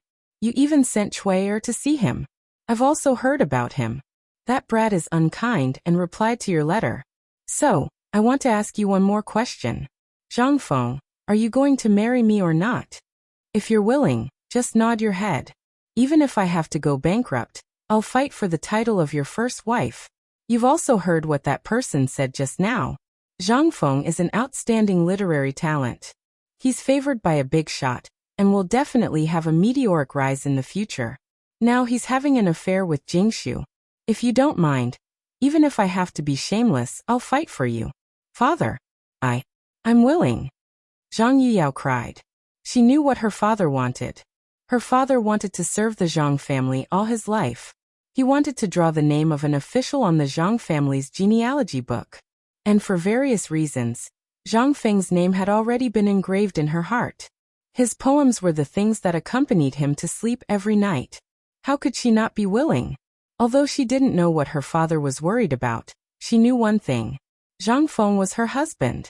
What she didn't know was that Zhang Shan was worried that once he stepped into the Cheng family's circle, it was destined that his future would not be peaceful. After all, the matter of Guanlong targeting Qing Yaojin was not over yet. The waiter from Swallow Descent restaurant who came to buy pastries had told him everything. Chapter 336. On the main street of Chang'an, Zhang Feng aimlessly took Qing Chimo and Zhang Sun for a stroll. In order not to attract attention, Zhang Feng ordered the two of them to go to a ready-made clothing store to change into something less flashy. Zhang Feng even borrowed an eyebrow pencil from the cosmetics store next to the ready-made clothing store, and gave the two of them some simple makeup. But because of the sweat, he touched it with his hand. His entire face was dark. Now even if Cheng Chimo's father stood in front of him, he might not be able to recognize Cheng Chimo. After strolling through another street, Cheng Chimo sat in front of a stall selling fermented glutinous rice and asked, Fengzi, are we out for a stroll? In any case, we should at least eat something before we leave. It's been 4 hours. What do we eat? My treat? Zhang Feng looked at the fermented glutinous rice stall and simply sat down. Okay, shopkeeper. Give me 3 bowls of fermented glutinous rice. Cheng Chimo shouted excitedly and did not forget to shout again. Shopkeeper, it's old fermented rice. The so-called old fermented rice was the local dialect of Chang'an. It was the pure taste of aged fermented glutinous rice. Even a woman who did not drink wine would be pressed to the ground by a bowl of fermented glutinous rice. While the shopkeeper was cooking the fermented glutinous rice, Cheng Chimo asked, Fengzi, what are we doing here? Are we inquiring about Yanlai restaurant? Zhang Feng made a sound and asked in puzzlement. I want to see if I can find that silly Cheng Chimo. He is the real devil. We inadvertently plucked the flower Jingshu. Now with his temper, won't he turn Chang'an city upside down? As for Zhang Sunchong and the others, I find it strange too. These 4 great demon kings, after such a big thing happened, can they really sit still? Zhang Feng's suspicions were not wrong. If the 4 devil kings really knew that the #1 flower in the capital had been plucked, wouldn't they explode? But now? Not to mention Cheng Chimo and the other masters. Even those stubborn ones did not appear. Did they all like to appear at night? Zhang Sun looked at Chingchimo with a strange expression and said, Tainyo, Fengzi is asking you why didn't Chingchimo go crazy and turn Chang'an city upside down? F***ck off. It would have been better if Zhang Sunchong hadn't said anything. Now that Zhang Sunchong had spoken, Chingchimo was instantly enraged. Damn it, Lao Tzu is sitting next to you. And this Jingshu girl, if Lao Tzu did not say anything, who would dare to step on her steps? In a few minutes, Lao Tzu's lifeblood would be plucked out. Moreover, this matter was personally led by Chingchimo, who sent Zhang Feng to Jingshu's mouth. He also wanted to give Zhang Feng something that he could take out. In fact, he just wanted to show off in front of Zhang Feng. He wanted to make Zhang Feng suffer. Otherwise, this grandson would be so arrogant all day long. Seeing him show off made him want to beat him up. This time, he did not expect that he would finally be able to show off in front of a bug. He wanted to see Zhang Feng suffer. But he did not expect that, damn it. He really plucked this flower with his own ability. There was no need to say anything. This was all Zhang Feng's ability. But was there a need to mention Chingchimo's stubbornness? What did Lao Tzu do to you? Alright. Oh right, Fengzi, if you came out just for this matter, I advise you to put your heart at ease. This matter, Tainyo's father is involved. This means that no one will dare to mention this matter in the future. Even that bastard Chingchimo won't dare to say anything. Really? Zhang Feng looked suspiciously at Chingchimo and Zhang Sun. He had a feeling that these two guys were up to something, but even if there was no evidence, he simply did not think about it. The fragrant fermented rice, coupled with the soft glutinous rice balls, greatly increased Zhang Feng's appetite. The three of them widened their eyes as they watched the shopkeeper bring the food over. He blew on the sides of the bowl, while taking a deep breath. Then, he exhaled a mouthful of hot air and drank again. After drinking a few mouthfuls, Chingchimo patted Zhang Feng's shoulder. Fortunately, Zhang Feng did not agree and hurriedly dodged. Chingchimo's slap almost pressed Zhang Suan's head into the bowl. Chingchimo's sword had caused trouble. He hurriedly said, well, after we eat, should we go to Yanlai restaurant and see how Miss Jingshu avoided this disaster? Damn it, you still want to go to a brothel? Zhang Feng's head hurt. Whenever he heard the word brothel, his head hurt. After eating fermented rice, all of you go and work for Lao Tzu. Go and find the best carpenter in Chang'an city for me. Carpenter? When Chingchimo and Zhang Feng heard this, they finally understood why Zhang Feng was wandering around Chang'an city. He was looking for a carpenter. But why was he looking for a carpenter at this time? Zhang Feng knew that these two guys were muddle-headed. As he ate the glutinous rice balls, he said, pay more attention to the school's matters and put your heart on the right path. Don't think about women all day. When the time comes, won't it be easy to get women? Alright, after eating, I'm going back to sleep. If you want to learn, find a carpenter for me. If you don't want to learn, do whatever you want. Don't bother Lao Tzu. The two of them did not know why Zhang Feng was so angry for no reason. In the end, the two of them looked at each other. This guy had sent them away. It was obvious that he wanted to go to Yanlai restaurant. Brother, we understand. Understood.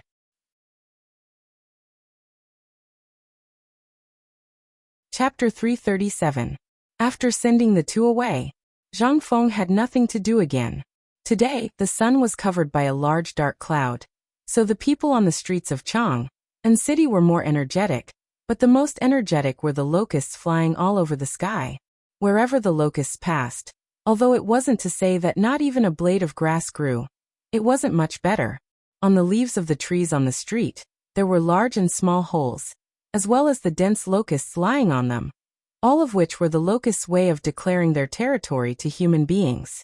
Looking at the locusts flying all over the sky, Zhang Feng was not in the mood to think too much. Now he already had enough troubles. The Zhang family's marriage was already a headache for him. Now there was another person like Jing Shu. It would be strange if he didn't feel annoyed. Now he did not know whether Granny Wang would be waiting for him on the street.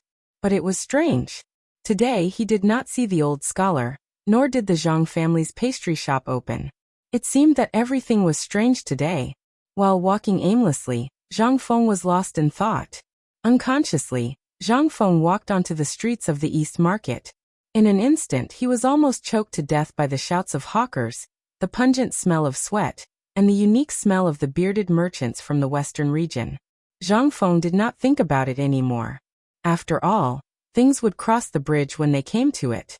First, it would be better to see if he could get some baobei from the bearded merchant. After all, since the suppression of the Guanlong group on the waterways in Chang'an was lifted, the business in Chang'an had been booming. At this time, Chang'an was the East Market, which was mostly populated by barbarian merchants or merchants from the Nanzhao Kingdom. The West Market had become some local markets in the Tang dynasty. Zhang Feng looked at all kinds of people from other regions. Among them, Zhang Feng even saw a man holding a whip and driving a group of Hu girls to sell them as livestock. Although he did it secretly, in the end, he was invited to have tea by the officials. How dare they buy and sell people in the Tang dynasty, especially in Chang'an? Come, have a cup of tea first. There were also barbarian merchants who were hawking nugget gold, causing Zhang Feng to feel envious. However, when Zhang Feng picked up a piece of nugget gold the size of his head and bit into it, the bitter taste almost made Zhang Feng vomit out the wine he drank last night. Can't you at least make it look more realistic? Damn you, get a rock and smear some gold powder on it. This is a King scam. Heartless. Profiteer. Zhang Feng angrily cursed the unscrupulous merchant as he left. Don't look at the innocent and honest barbarian merchants. Their hearts were King black, just like them. Who knew how many people he had fooled with his kind face? At this point, Zhang Feng saw exquisite glass products, fur, jade, gems and the like. With just a glance he knew that they were fake. Why? Didn't you see that person's shifty eyes? Before he knew it, Zhang Feng had already finished touring the entire East Market. When he was about to return to the small tavern, his gaze fell on a piece of black stuff. A man from the southern Shao Kingdom with a headscarf wrapped around his head was sitting cross-legged in front of a stall, taking a nap. On a piece of sheepskin in front of his stall were 3 pieces of black stuff the size of millstones. They were black and emitted a pungent smell. There were even flies and locusts on them. This lazy fellow didn't even intend to clean them up. No wonder no one was looking at them. However, it was precisely because of this that Zhang Feng felt a burst of ecstasy in his heart. What the *CK was this? This was rubber. And from the looks of it, it was an old rubber. This thing was a baobao. Shopkeeper, how much are you selling this pitch-black thing? Zhang Feng suppressed the surprise in his heart and asked calmly while pinching his nose. The merchant was very tanned. His eyes were sunken and his white beard was strung together. He looked very much like a monkey on the mountain. When the middle-aged merchant saw that someone was asking for a price, he instantly stopped dozing off and asked with a licking face, "Sir, have you taken a fancy to our 3 bags? What is this thing of yours?" Zhang Feng pinched his nose and pretended to be confused. "Well, I don't know either. I just saw that he liked it, so I brought it from the southern Shao Kingdom. I wanted to try my luck, but no one knows this thing." "Stop. I'm asking you, what is this thing?" Zhang Feng also lost his temper. What he was most afraid of now was being long-winded. If anyone dared to be more long-winded than him, he would beat them up in minutes. However, now that something good had appeared, he could only be patient. When the man saw that Zhang Feng had lost interest, he hurriedly said, "This is a kind of resin from the southern Shao Kingdom. It's unusually strong. If you smear it on your straw shoes, it will make them exceptionally durable. It's the adhesive used in the southern Shao Kingdom to build ships." "Stop! How much are these 3 pieces of yours?" As soon as he saw Zhang Feng make a bid, the merchant's eyes instantly burned with passion. He almost knelt down to Zhang Feng. "Seeing that you're from Chang'an, I won't ask for much. Just give me 100 strings of coins for these 3 pieces. 100? King really think that Lao Tzu is a pig to be slaughtered?" Zhang Feng was angry. He got up and prepared to leave after cursing. The cursing here instantly attracted 2 yamen runners to maintain law and order. When the merchant saw this, he was instantly scared out of his wits. He hurriedly grabbed Zhang Feng's trousers and said with a sobbing tone, "Sir, just give me money for the meal." "Deal."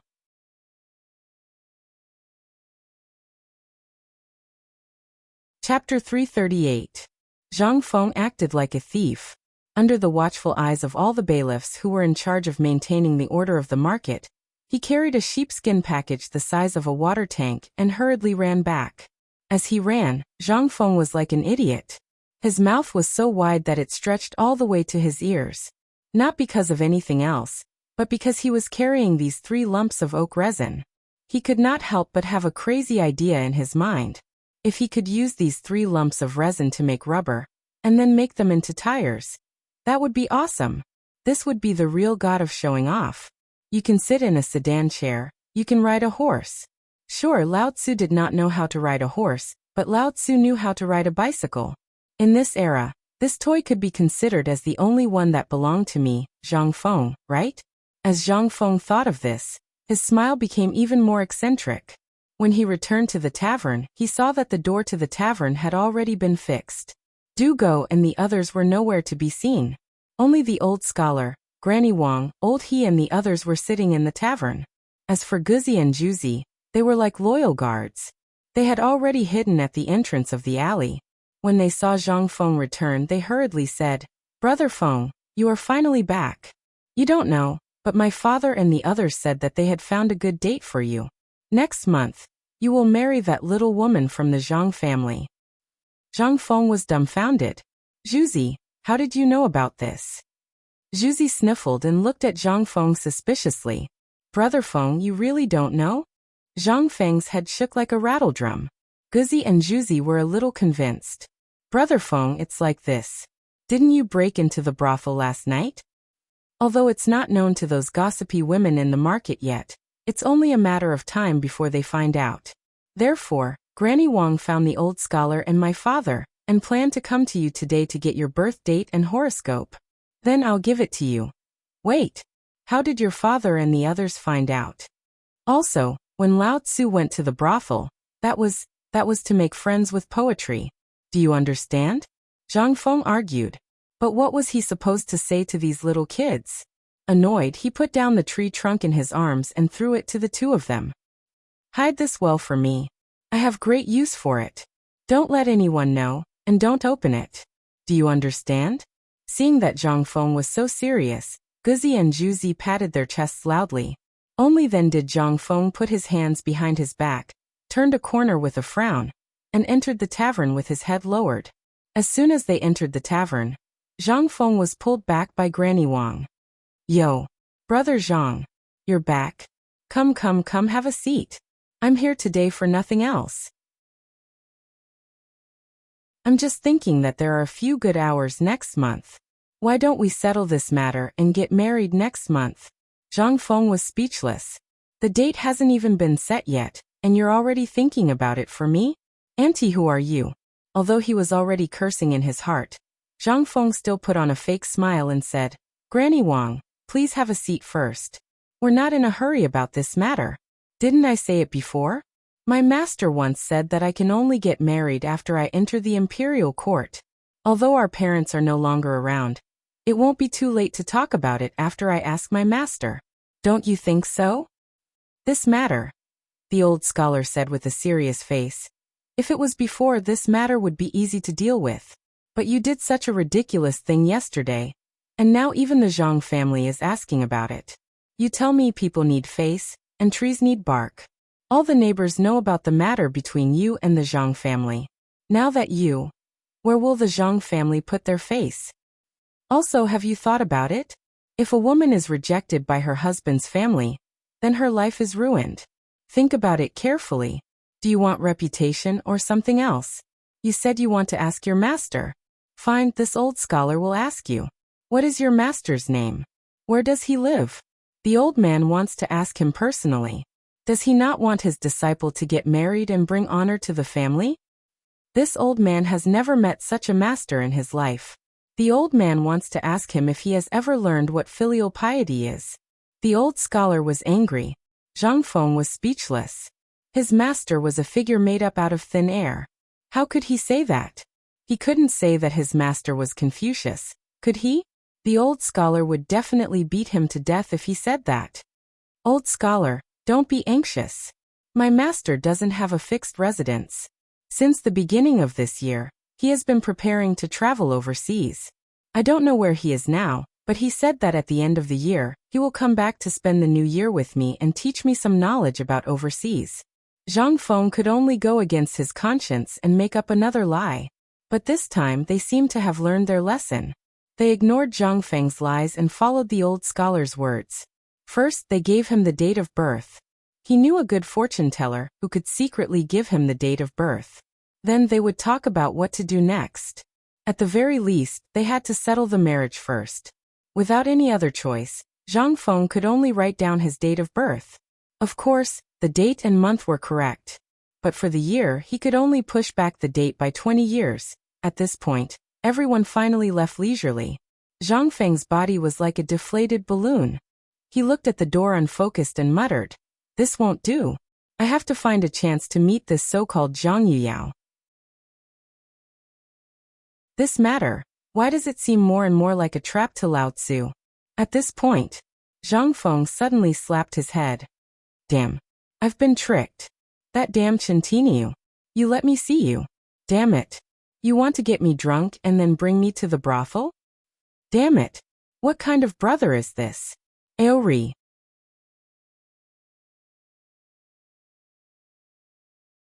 Chapter 339. In the next few days, Zhang Feng's life was relatively peaceful. Even the old scholar who had been forcing him to get married frowned deeply when he saw Zhang Feng. He shook his head and left. Even old he and the others were the same. Not only that, the dog and Juzi seemed to have disappeared without a trace. This made Zhang Feng feel a little uneasy. Lao Li and the others, Chantiniu and the others, were also nowhere to be found. It seemed that everyone was very busy at this time. As for Zhang Feng, he was too lazy to be idle. The locusts that filled the sky seemed to be about to cover the sky and the sun. The weather was getting hotter and hotter. Looking at the locusts that filled the sky and the trees in Chang'an city that were slowly becoming bald, Zhang Feng took the basket and went out. He had a premonition that this would happen, but he did not expect that there would be more locusts than he imagined. In the future, there were all kinds of pesticides that were sprayed on crops. There were locusts for hundreds of years, but there were only a few of them. It was not like this. If the total weight of the people on the street was weighed, it might not be heavier than the total number of locusts in Chang'an city. This was the horror of ancient times. The market in Chang'an city was on the east side of the Yong Canal at Huitongfang. It was usually open early in the morning, and there was already a sea of people there. After the establishment of the cooperative, the standard of living of the people really improved by more than a little.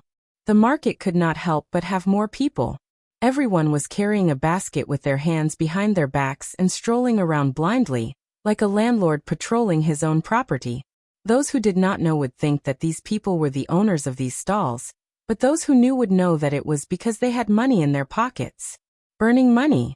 If it was only one or two people, it would be fine. But basically the people in Chang'an city were all like this. It was as if Chang'an city was run by someone else. This scene made all the barbarian merchants go crazy. Why? The people of Chang'an were really too rich. Every time an empty basket was sent out, the basket would be filled to the brim by the time it came back. They would even talk to people they knew or didn't know from time to time. They would even raise the basket in their hands and wave it in front of your eyes.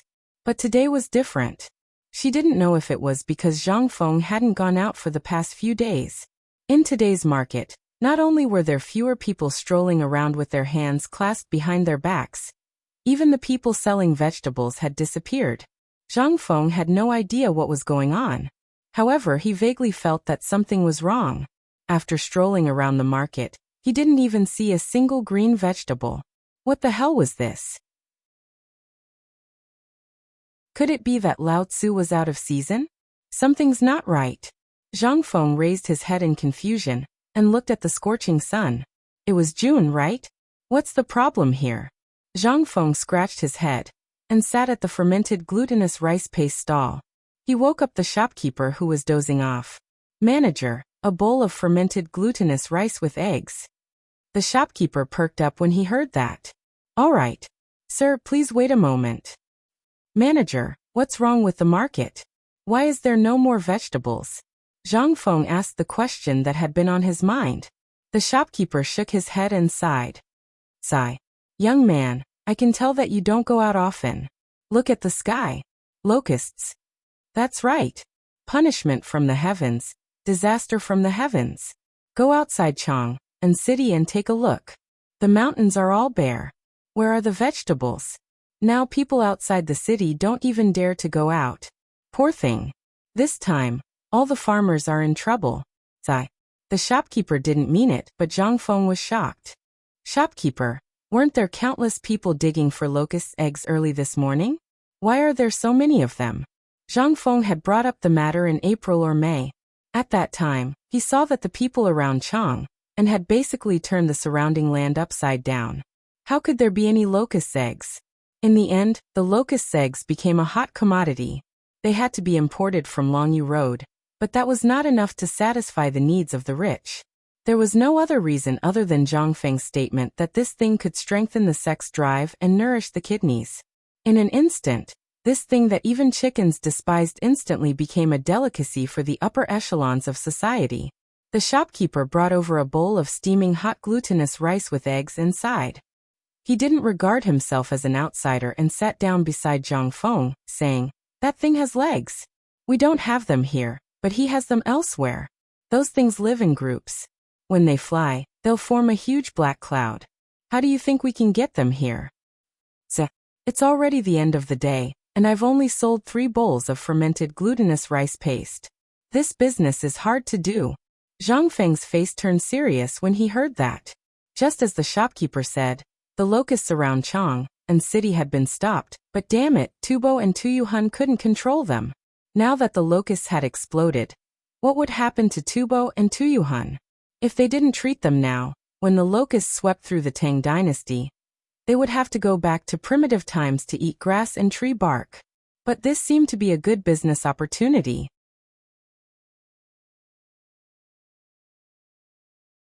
Chapter 340. Zhang Feng wandered aimlessly around Chang'an street. Most of the things he saw were brown, green, and brownish-yellow locusts. The sky was filled with locusts. In the end, there were so many locusts that people couldn't even move. Zhang Feng, with his head full of locusts, returned to the tavern resentfully. Damn it, it seemed like he couldn't afford to eat vegetables this year.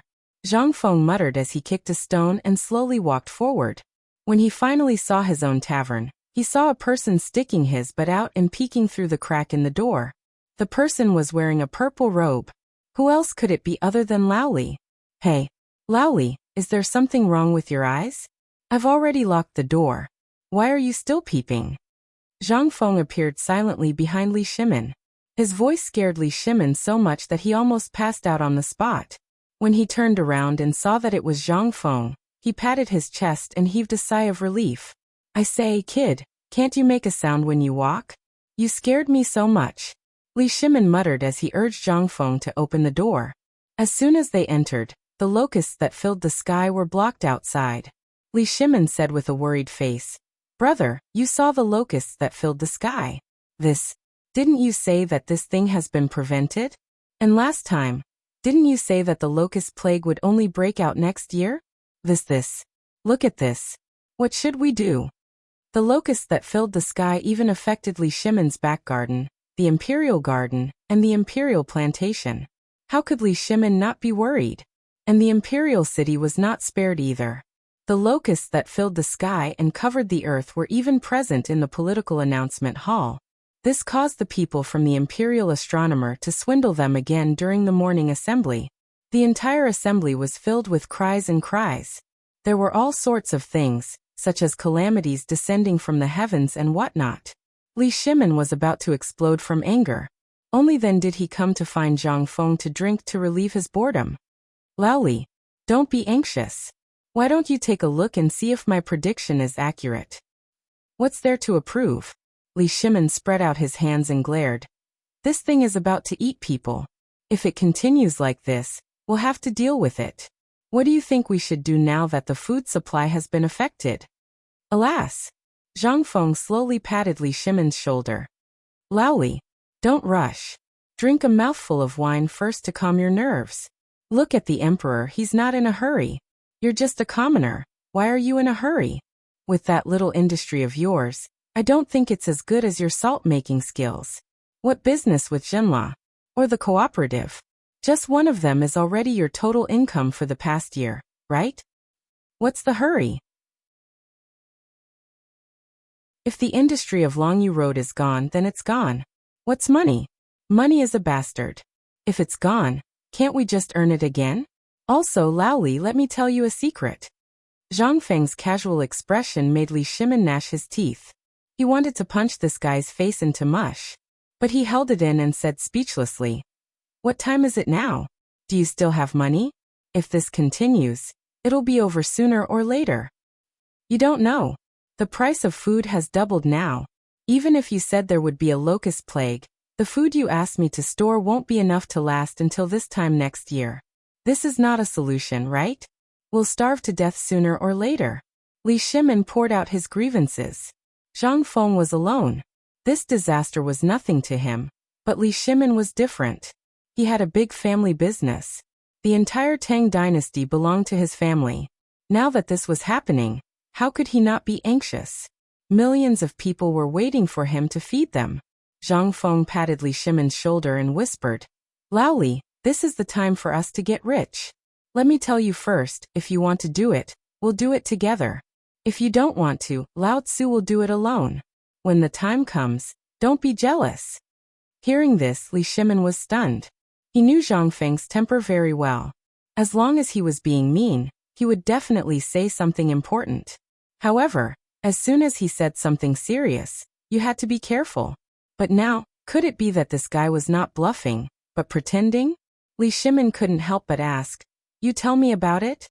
Zhang Feng leisurely took out a few plums from his bosom. As he ate, he said, "Actually, this method is exactly the same as the one we came up with to control the locusts." What? The same?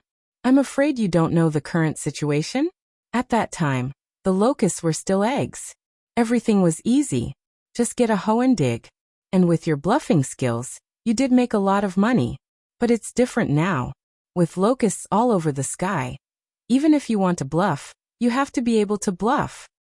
Look, at that time, the eggs were yellow and shiny. After frying them and biting into them, they were all meat and oil. After coating them with flour, even if people knew, they could still eat them. But who hasn't seen these locusts before?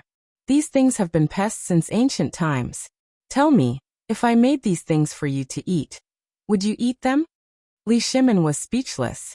But Zhang Feng mysteriously came out of the kitchen with a dustpan full of fried yellow locusts. He waved his hand at Li Shimin and said, "Laoli, look, what is this?"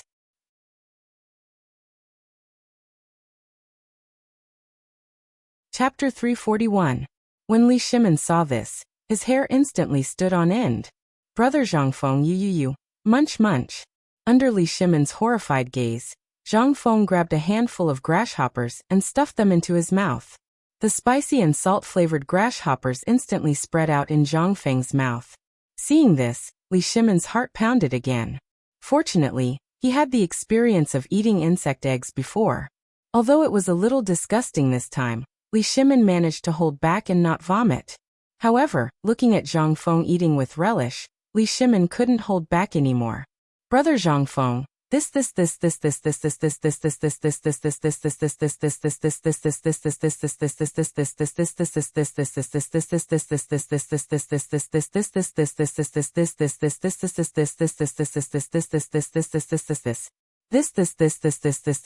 you can't eat this. Even if it's valuable, you can't degrade yourself." Degrade himself? Zhang Feng was dumbfounded. This thing in his era had already become a king snack. Wasn't that good? Moreover, it was a snack that was suitable for both young and old. How did this become degrade himself? Zhang Feng threw the dustpan on the table. In an instant, the fried grasshoppers shook in the dustpan, making Li Shimin's hair stand up again. Zhang Feng drank a mouthful of wine happily, then said loudly, Come, the insect eggs from last time weren't as delicious as this one. Let me ask you, after eating the insect eggs last time, did you have diarrhea, stomach pain, or any other discomfort? No. Li Shimin shook his head and said truthfully, No. Isn't that enough? Let me ask you, how's the effect of tonifying the kidney? Not bad. Zhang Feng spread his hands and said, Isn't that enough? Think about it. That thing had such a strong effect when it was young. Think about it. How can the effect of this thing be bad? Zhang Feng quietly whispered into Li Shimon's ear, revealing a smile that anyone could understand, and said, Lao Li, this thing is good for the kidneys. Aren't you going to try it? Li Shimon was dumbfounded. Really? Why would I, Zhang Feng, lie to you? Sigh oldly, what the F***ck, when have I ever tricked you? Zhang Feng was not willing to do that. Glaring at him, he said as he ate, It's up to you whether you want to eat or not. When the time comes, I will set up a factory in Chang'an, and no, in every place. I will only process and produce this stuff. Think about it. Lao Tzu said that this stuff can strengthen the sex drive. Think about it, who wouldn't want to buy it? Even if Lao Tzu says that this thing is worth 10 taels of silver, think about those high-ranking officials and wealthy families.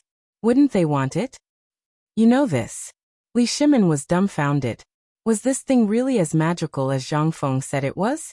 Li Shimon picked out a relatively small grasshopper from the dustpan, closed his eyes, and threw it into his mouth. But the moment Li Shimon's teeth bit into the grasshopper, his entire expression froze. The taste of salt and pepper, as well as the fresh and crisp taste of the grasshopper, was more delicious than chicken, more tender than rabbit, or even snake meat. Is it delicious? Zhang Feng looked at Li Shimon's shocked expression, then patted Li Shimon's shoulder. Lao Li, that's how it is. Last time, you also earned a lot from the insect eggs. This time, look, the whole sky is filled with them. What is this? This is money flying in the sky. Don't you want to put it in your pocket? Of course I do. But this thing. I said even if I can accept it now, can the people accept it? Think about it, how do you deal with this thing? Believe it or not, if you throw out a dustpan of grasshoppers, your legs will be broken in minutes. Li Shimon quickly stuffed grasshoppers into his mouth, while pointing at Zhang Feng. Zhang Feng's eyes were wide open. I say, Lao Li, you can say that, but this grasshopper, can you eat it slowly? You can even make something like this in your residence? Didn't I give you the secret recipe last time? Why are you snatching it from me? Snatching it is one thing, but why are you insulting me like this? Do you want to keep it all to yourself? Zhang Feng suddenly understood. This guy wants to say that this thing is useless, and then secretly make a fortune? This won't do. Li Shimon's mouth twitched. He glanced at Zhang Feng's suspicious face and said, How can this be? Wasn't I just telling the truth? This thing, I like to eat, but you have to know if the people can accept it. This thing is not only you, even if it is covered in flour, the people can still see this thing at a glance. It is a grasshopper. You don't have to worry about this. Since I, Zhang Feng, dared to say it, then there is nothing that I, Zhang Feng, can't do. Let me ask you now, do you dare to do it with me? Zhang Feng patted his chest, picked up the bowl of wine and took a big gulp. Then he said slowly, Actually, you know the advantages of this grasshopper. It strengthens the body and contains many things that you don't know. Look, what does the grasshopper eat? It eats grass, leaves, and grains, right? This is the essence of grains. Oldly, all you need to do is stand there and shout. This thing can strengthen the sex drive and the body. Eating 1 gene of it is equivalent to eating 1 gene of pork. Go and see if this thing is hard to sell or not.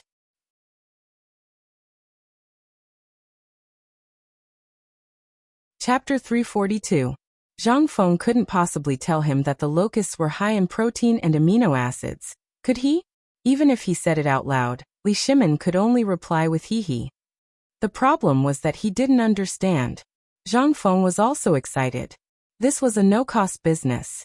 Even if Li Shimon didn't participate, he would still do it. This was a no-cost business. However, Li Shimon wasn't happy about it. He asked, I know about these things. I've eaten the eggs too.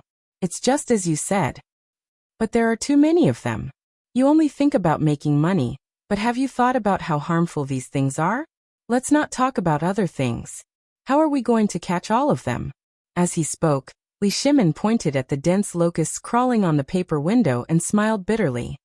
Let's think about how to get rid of these things first. Otherwise, I can guarantee that we'll all starve in less than a month. Well, Zhang Feng also realized the seriousness of the problem. He thought about how to get rid of the locusts and came up with 3 plans in an instant. This is His Majesty's business. Let's not worry about it, shall we? Not worry?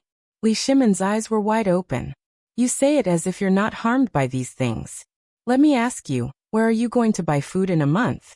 What are you going to eat and drink? There will be locusts everywhere.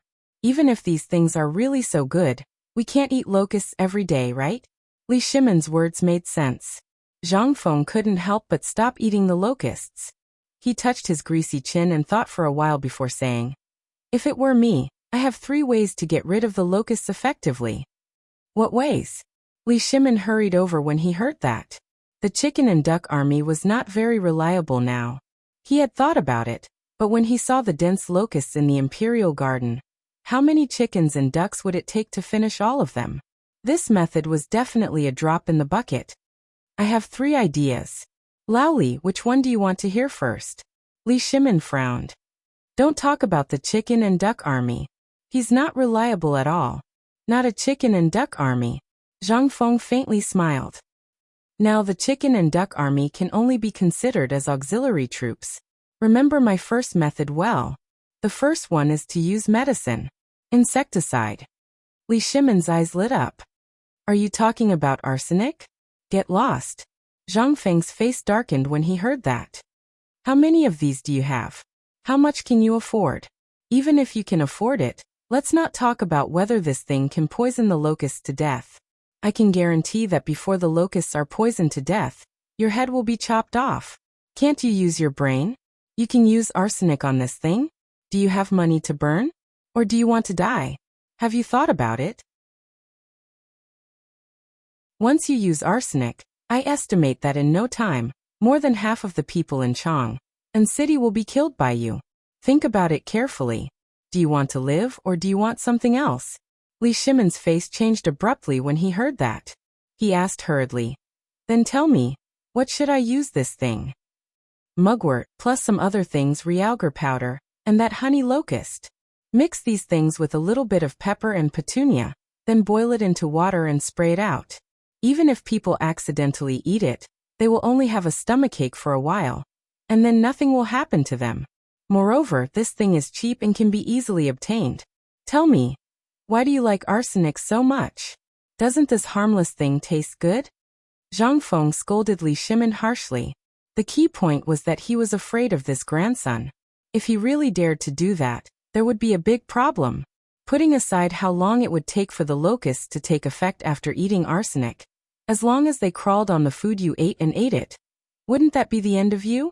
He really didn't use his king brain. Li Shimon was also scolded by Zhang Feng as if he had done something wrong. Moreover, he was also carefully thinking about the meaning behind it. He had just casually mentioned the arsenic. Who would dare to use it? It was a controlled item. If anyone wanted to use it, they would have to report it to the authorities. Even if he wanted to use it, he might not be able to get it. Moreover, with the production of this thing, it was impossible to deal with so many locusts. However, Li Shimon only needed to think about the method that Zhang Feng mentioned, and instantly knew the price. It was less than 10 copper coins in total. Not only was it not expensive, but those things were everywhere in the mountains and plains. They would never be used up. What was the most important thing? It was harmless to people. That was the most important thing. However, when he thought of Zhang Feng's 2 other methods, Li Shimon couldn't help but ask excitedly, Brother Zhang Feng, what do you think is the other method? What is it? Zhang Feng stretched out 2 fingers and shook them. No, there is one more. In fact, I have countless. Which one do you want to hear first? Li Shimon hurriedly asked. Then tell me all of them. Well, all right then, I'll give you a country bumpkin like you. Remember, the second method is fire attack.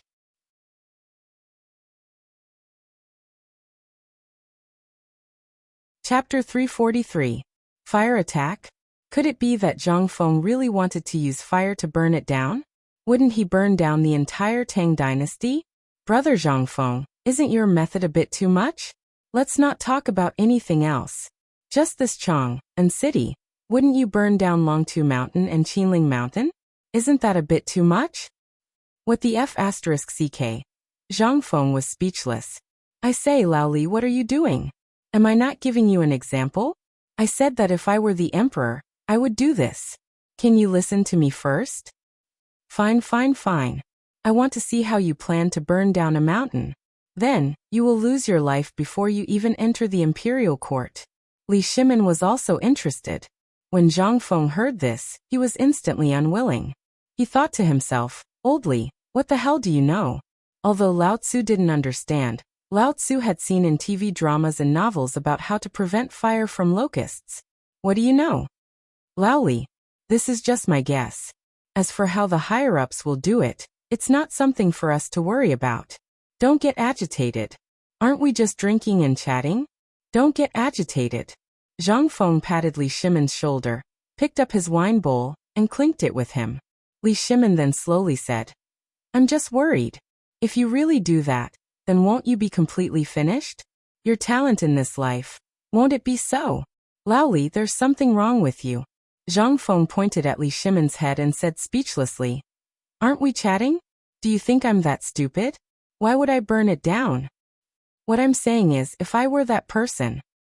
Let's talk about this fire now. Think about it. Who the F***ck said that they had to burn the mountain? Did the locusts migrate in groups? When the locusts are coming, we only need to clear out a fire belt that is 10 feet wide at the place where the locusts will pass through. Then we can burn a large number of locusts to death. Do you think it's feasible? Why did they have to burn down the mountain? What are you thinking about? Hearing this, Li Shimin felt relieved. But after glancing at Zhang Feng, he muttered, Who told you not to make it clear? I thought you were talking about burning the mountain. All right, that's not a long-term solution. And many places are not suitable for this thing, such as Chang'an City. What should we do? Did you forget about the pesticide I mentioned? Zhang Feng smiled mysteriously. Like I said, I have countless ways to deal with these things for you in a matter of minutes. All right, stop bragging. Li Shimin was speechless. Let's not talk about Chang'an City first. Let's talk about the locusts in Longyu Road. How are we going to deal with them? My hundreds of acres of medicinal herb land. They're all F***king destroyed. As he spoke, Li Shimin squeezed out a few drops of tears from his eyes. Zhang Feng curled his lips. He said speechlessly, All right. How old are you? Why are you shedding tears over such a trivial matter? By the way, I told you to prepare an army of chickens and ducks last time. How many did you get? Li Shimin's expression froze when he heard this. Zhang Feng looked at him and lost his composure. Why? You didn't do it? Well, it was still early the last time. And at that time, the locusts were in the soil. I thought it was too early to do it now, so I didn't do it. Besides, there was that thing after that, right? So, Zhang Feng was stunned. I say, Lao Li, you're really something. I told you last time that this thing is good for dealing with locusts. Now you. All right, let's not talk about this. If you don't have it, you can do it now.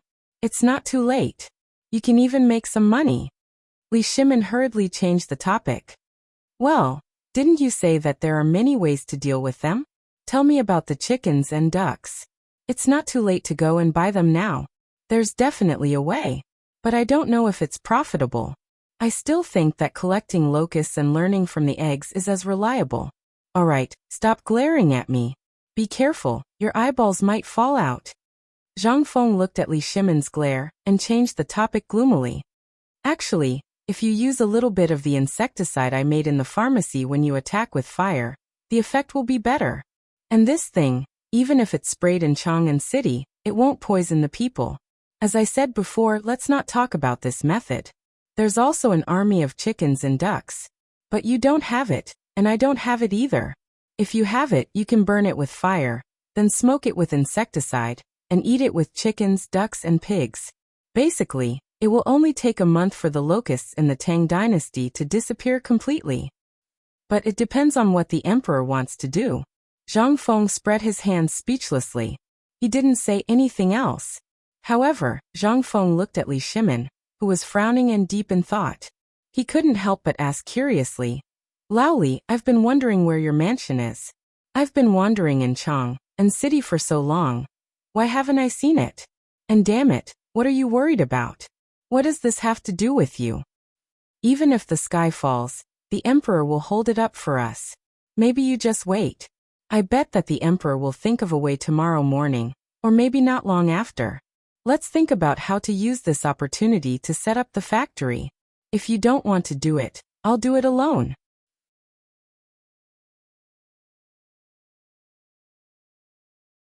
Chapter 344. For the past 3 days, Li Shimin had been worried about the locusts and had no idea what to do. But he didn't expect Zhang Feng to come up with so many ideas just by chatting for a while. Although the burning method seemed a little vulgar, it made a lot of sense when he thought about it carefully. If it was near the Shirley Slope outside Chang'an City, he only needed to cut down all the weeds and trees near the Ba River Bridge that connected to Chang'an City. Then he only needed to set a fire and pour the pesticides that Zhang Feng mentioned on the fire. Wouldn't that be more effective? But why was this kid so obsessed with money this time? His 3 sentences were all about money? Could it be that there was a trick to it? Something was strange. Li Shimin thought for a while and asked, Brother Zhang Feng, how are you going to deal with these locusts? The economy of Chang'an has just started. If you do this, won't it cause a conflict with the imperial court? How can that be? This time, Zhang Feng was not happy. Do you know that once this thing of mine is produced, it won't cause a conflict with the imperial court's cooperative, but it will further stimulate consumption? What? Li Shimin was shocked. How could a small locust be possible? Haha, Brother Zhang Feng, are you kidding me? Kidding. Zhang Feng was furious. I treat you as my brother, and you say I'm kidding? Have you ever seen me, Zhang Feng, joke? Li Shimin curled his lips. Zhang Feng was instantly furious. Hey, you don't believe me, do you? Come. Zhang Feng pulled Li Shimin to the backyard. He tied a rope to the tree in the backyard, and then spread oil paper under the tree. With a pull and a shake, the locusts fell on the paper. Li Shimin didn't understand what Zhang Feng was going to do. He watched carefully. Zhang Feng slowly moved the locusts from the ground into a basin. Then he filled the basin with water, sprinkled a large amount of salt, and slowly rubbed it before scooping it out of the water. Li Shimin was dumbfounded. What was he trying to do? He had no choice but to follow Zhang Feng to dry the cleaned locusts on the floor of the backyard. At this time, Zhang Feng said, I said before that locusts have a high medicinal value, and they are an important Chinese medicine. They can treat kidney deficiency, and the effect of strengthening one's yang and kidney is 10 times better than that of insect eggs. Think about it. How much did you earn from the locust's eggs? Are there any objections? I don't think so. Do you know why? Li Shimin scratched his head in confusion. Indeed, no one objected to the locust's eggs. Many people even saw it as a profitable business. Zhang Feng slapped Li Shimin's shoulder. You don't understand, do you? As long as the publicity is done well, anything can be used for business. Think about it. You just ate the locusts. You said that people don't like it. Then if I grind it into powder and sell it as bone-strengthening powder, do you think anyone will buy it? And the price at that time will be much higher. Now a caddy of fried locusts can be sold for 3 to 5 copper coins. When the time comes, the price will be doubled. Think about it. If we sell it at such a high price, how much lower will the price be? Once the price is raised, even if the locusts don't have an army of chickens and ducks, all the people in Chang'an will go crazy to catch them. While they were talking, the water on the locusts had dried up. Zhang Feng grabbed a handful of locusts and looked at them. Then he led Li Shimin into the kitchen. He set up the fire and heated the oil. When the oil was almost done, he poured the whole basket of locusts into it. Slurp. Li Shimin had never been in the kitchen before. He was scared by this scene and trembled all over. Zhang Feng rolled his eyes again. Not long after, a basket of yellow fried locusts was ready. But this time Zhang Feng didn't eat it directly. Instead, he sprinkled some seasonings on it while it was hot. Then he put it into a stone mill and gently crushed it into powder. Holding a handful of powder, Zhang Feng found a bowl and washed it with boiling water. Then he handed it to Li Shimin. Have a taste of this stuff. While talking, Zhang Feng and Li Shimin left the kitchen and returned to the hall again. Looking at the layer of oil floating in the bowl and the yellow soup, Li Shimin endured the discomfort and took a sip. The taste was still very good. It was more delicious than the mutton soup in the palace. Li Shimin's eyes couldn't help but light up. I understand what you mean. Although locusts are not easy to sell now, they can be made into powder. Moreover, it's bone-strengthening powder. The taste is enough to be more delicious than mutton soup. If I didn't know about this thing, I would definitely think that it's some kind of delicacy. You mean to use this thing to turn waste into treasure, and then stimulate the economic market again, right? Smart. Zhang Feng couldn't help but give him a thumbs up. You're finally enlightened. But it also depends on the emperor. Although we're so optimistic now, after all, there is the precedent of the worm eggs. Maybe the emperor has already thought of some countermeasures. But I'm sure the emperor didn't think of the worm powder. So Laoli, what do you think of this source of income?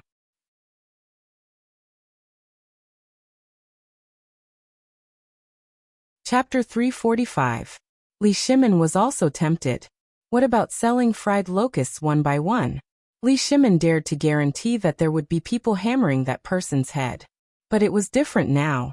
As long as it was made into powder and added with some rice paste, or mixed with flour, wouldn't it become bone-strengthening powder?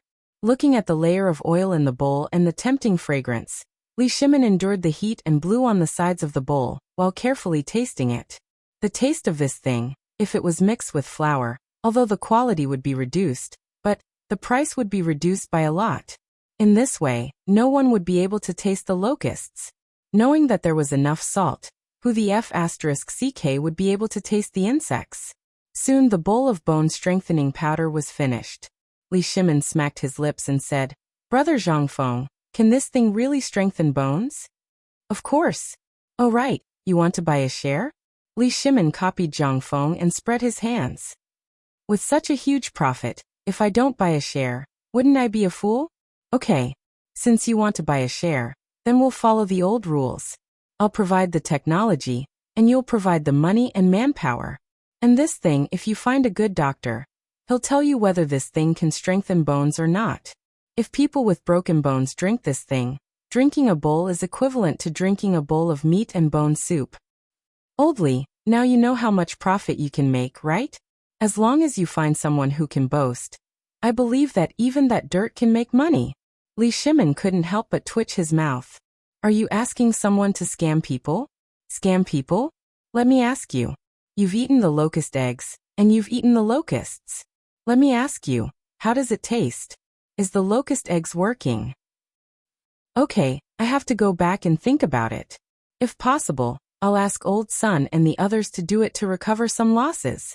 As they walked, Li Shimin said, As for the school, I've basically taken care of it. As for the carpentry work and the house renovation, someone will come to you later. You just need to tell them what you want to know. After Li Shimin finished speaking, he took away the rest of the fried locusts and the locust powder in the dustpan. He claimed that he was bringing it back for them to taste, but Zhang Feng seriously suspected that this guy wanted to go back and try it. When Li Shimin went out, Zhang Feng hurriedly shouted, Laoli, although this thing is good, you have to control.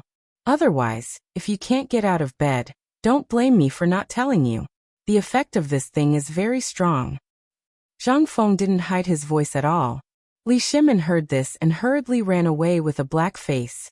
The surrounding area was basically filled with Jin Wuguard's spies, as well as that trash Wei Shuyu. If these people knew about this, where would he put his face? Seeing that Li Shimin had run away. Only then did Zhang Feng put away the locusts and locust powder on the table. He made himself a bowl, and added a spoonful of sugar. Only then did he lie back on the recliner happily. He drank some wine and ate the fried locusts while thinking about the tricycle. Now that he had the most important rubber, how should he make the frame of the tricycle? Should he smelt it? But he was too lazy to tinker with those things. The key was that it was too hot. Zhang Feng couldn't help but look at the iron kettle in front of him, and his eyes lit up. That's right. If he dismantled this thing and found someone to make all the parts, he could make a smaller crucible and some tenons. Wouldn't that solve the problem? The more he thought about it, the more excited Zhang Feng became. Mother ***, I am a genius. When the time came, he would ride the tricycle to Chang'an city for a stroll. It would definitely be the most beautiful scenery in Chang'an city. You have a carriage, but I also have my tricycle, don't I? And I can buy groceries and so on, don't I? Zhang Feng couldn't help but think of a spectacular scene. A group of loafers wearing sunglasses, wearing suits, riding bicycles, wearing big brimmed hats. Just thinking about it made him excited. The more he thought about it, the more Zhang Feng wanted to make a tricycle. How could he fall asleep now? He hurriedly got out of the tavern and found Guozi and Juzi in the river under a big willow tree. He asked, I have an extremely important matter right now. Do you want to help me? When they heard that Zhang Feng had something to do, the two of them didn't even wear clothes. They climbed into the river naked. The women on the street couldn't stop cursing. Brother Feng, tell us, what do you want us to do? The two of them stared at Zhang Feng excitedly with their black eyes. Zhang Feng thought for a while and said, Do you know the old blacksmith in the west of the city? I have something to do here. You go and invite him here. Tell him that I have a big business deal for him. This Uncle Wen is 80 years old. Do you want me to find Dumbo for you? Although that guy is a little stupid, he has great strength. Zhu suggested a different idea. However, Zhang Feng shook his head. Go and find Uncle Wen. This job isn't heavy. It's just a craftsmanship job. Tell Uncle Wen what I said. If he does it, I'll give him 100 copper coins first. Of course, if it's iron, it'll be on him. Tell him how much it costs and I'll give him the money.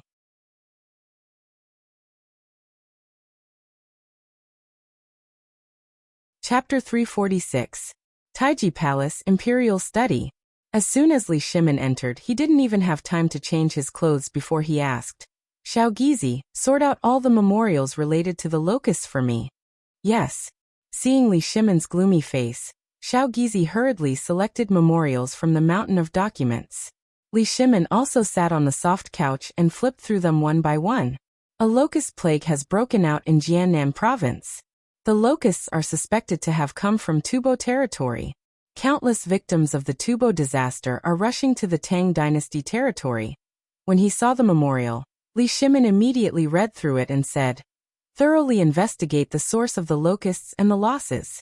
Expel all the people from Tubo. Then Li Shimin looked at the next memorial. This memorial was related to Shannan province. A locust plague has broken out in Bazhou, Maozhou Yazhou, and Jiazhou in Shannan province. The farmland has been severely damaged, and there are even signs of the locusts devouring livestock. A locust plague has broken out in Hunan province, Yaozhou, Xingzhou, Minzhou, and many other places. The forest has been severely damaged, and the food has been greatly damaged. However, there are no casualties for the time being. Li Shimin took a deep breath and looked at Long Yudeo's booklet. He took a deep breath. Then he slowly flipped open the memorial. There were only a few words in the memorial. However, each word was like a heavy hammer that struck Li Shimin's heart. A locust plague has broken out in Chiaotzi City and other places. There is no oasis within 1,000 miles. After reading this, Li Shimin's heart couldn't help but tighten. Summon Wei Zheng, Fang Xianling, Zhang Sun, and Du Ruhui to the palace immediately. Li Shimin slapped the memorial hard. He had read 5 memorials, but there were still dozens of them on his desk. What did this mean? This meant that the locust outbreak had reached a point where it couldn't be delayed. But most of them were concentrated near Tubo, and the south of the Tang dynasty was basically unaffected. What did this mean? This showed that the locust plague was really as Zhang Feng had said before. The locust plague in the Tang dynasty was basically nothing, but the key was that after the locust plague in Tubo, the locust plague directly devoured Tubo, then migrated to the Tang dynasty. Previously, Li Shimin thought that Zhang Feng was talking about next year's locust plague. This year's locust eggs had basically been cleared out from Longyu to Chang'an, and even the Tang dynasty. However, he had forgotten one thing. That was the locust plague that Zhang Feng had mentioned in Tubo. At this moment, Li Shimin suddenly understood why he had said that there would be an irreversible disaster at the end of the year, even though the locusts were almost completely under control this year. He had thought that this was Zhang Feng's guess, But from these reports and all the plans for Tubo, Li Shimin suddenly felt a kind of pressure. An irresistible pressure. A moment later, Wei Zheng and the others hurried into the imperial study of Taiji Palace. Seeing Li Shimin's gloomy face and thinking about something with his head lowered, they didn't dare to disturb him and waited quietly. After an unknown amount of time, only then did Li Shimin slowly wake up. He looked at the people standing in front of him and waved his hand tiredly, motioning for them to sit down. Then he said, "How's the investigation of the locust plague?" "Your Majesty, I have thoroughly investigated all the towns around Chang'an and found that although the locust plague was fierce this time, Chang'an was already prepared. Although there was a loss of grain, it was not a total loss. Now all the wheat has been harvested, only the corn has been lost. In addition, Chang'an City's cooperative this time, basically every household has stored grain. I'm asking about the locust plague, nothing else." Li Shimin interrupted Du Ruhui's report and asked. Hearing this, Du Ruhui took a deep breath and said, "Your Majesty, about this locust plague, I have received the most detailed report. The black mass of locusts will cross the Qinling Mountains and reach Chang'an City in 5 days. I'm afraid that by then, there will be no crops in Chang'an City anymore." "What? 5 days?" Li Shimin's expression suddenly changed. He hurriedly asked, "Then, what about Longyu Dao? And what about Jiannan Dao and other places?" Li Shimin only wanted to know if the locust plague had broken out completely or if, as he had guessed, the locust plague had really moved south from Tubo and Longyu Dao. But all the information he received, every single one of them made him despair. Because the locust plague this time was really as he had guessed. It had basically spread from the north to the south. What did this mean? This meant that he still had 5 days left. "Have you thought of any way to resist it?" "Well, Your Majesty, I have indeed thought of a way." Feng Xianling was a little hesitant. But seeing that the emperor did not say anything, he said tentatively, "I think that if we follow the method that Brother Zhangfeng came up with and use an army of chickens and ducks, it might work, but the effect. Also, since you can even eat the eggs of locusts, then even though the locusts look a little ugly and horrifying, you should be able to do that too."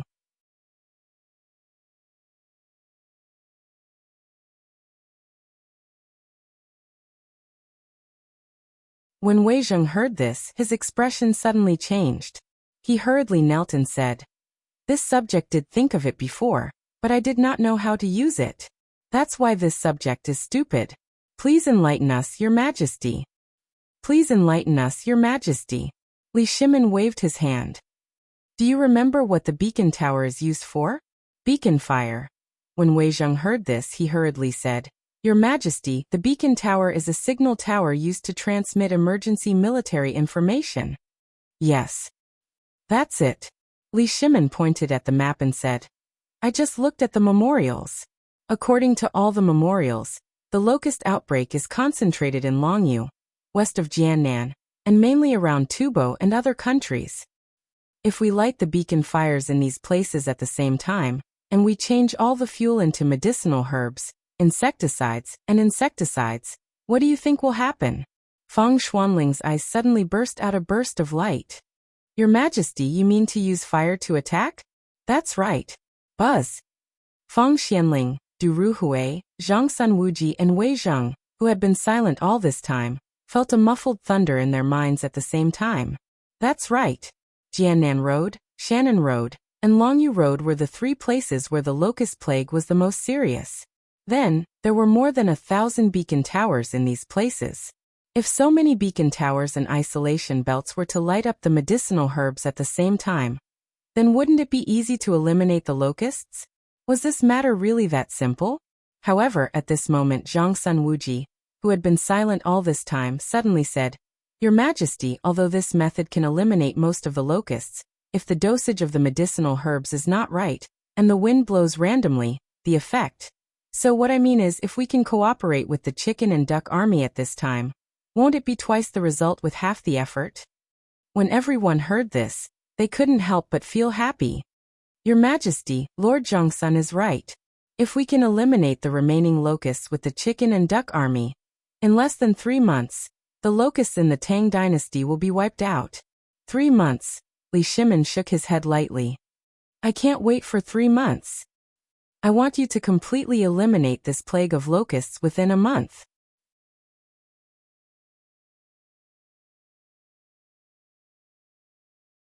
Chapter 348. When everyone heard this, they could not help but reveal bitter expressions. Your Majesty, this plague of locusts is a punishment from the heavens. What punishment? Before Du Ruhui could finish, Li Shimin interrupted him. With a wave of his hand, palace maids entered the imperial study with large bowls of something with an alluring aroma. Li Shimin waved his hand and said, The weather is hot. Drink something good to moisten your throats and think carefully about how to deal with it. Then tell me if this is a natural disaster or something else. As he spoke, the palace maids opened the lids of the white marble bowls in front of them. Instantly, the alluring aroma filled the hall. Everyone was puzzled, but they still stood up and said in unison, Thank you, Your Majesty. After that, they looked at the bowls of something pale yellow and covered in oil. They couldn't tell what it was. They gently scooped up a spoonful and put it into their mouths. But in the next moment, their puzzlement disappeared. Everyone's faces were filled with surprise and surprise. How is it? How does it taste? Li Shimin didn't tell them that it was locust powder. He believed that if he had told them in advance, these bastards would have 100 ways to stop drinking it. But that wasn't what he wanted to see. He wanted to wait until they finished drinking before revealing the ingredients. It wasn't that Li Shimin had a bad taste, but that these guys couldn't think of a way. Could it be that none of the civil and military officials could come up with a perfect plan? Therefore, he wanted to use this to punish them. On the other hand, he wanted to leave a deep impression on them, just like when they ate the eggs. This was the usual tactic of a monarch. Rub first and then use force. After a while, the 4 of them finished drinking. At this moment, Li Shimin waved his hand again.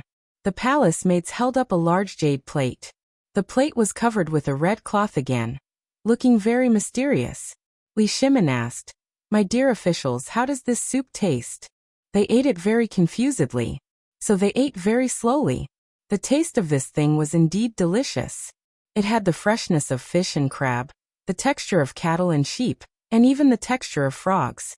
But even if they ate it slowly, they still couldn't taste what it was. While drinking, they also pondered about the emperor's expression. They saw that the emperor's expression was strange, but they really couldn't figure out what this thing was. At this moment, when the palace maids came up with the jade plate and the emperor asked again, they finally spoke. Your Majesty, this thing is really something that I haven't eaten in all these years. Could it be the seafood that Janele's tribute? Or a treasure from the western region? When Li Shimin heard this, he laughed and said, How is this Junla or something from the western regions? This thing is originally from the Tang dynasty. Well, everyone was speechless. Looking at the clean bowl, the crowd was unable to figure out how exactly this thing was made. Li Shimin said lightly, Let's talk about the main effect of this thing first. I know that over the years, you have worked hard for the Tang dynasty. In the early years, you even fought all over the country for the establishment of the Tang dynasty. Needless to say, your bodies are a little weak. And these days, I'm also worried when I see your white hair. Li Shimin said what was in his heart, but Wei Zheng and others choked. They hurriedly knelt on the ground with a plop.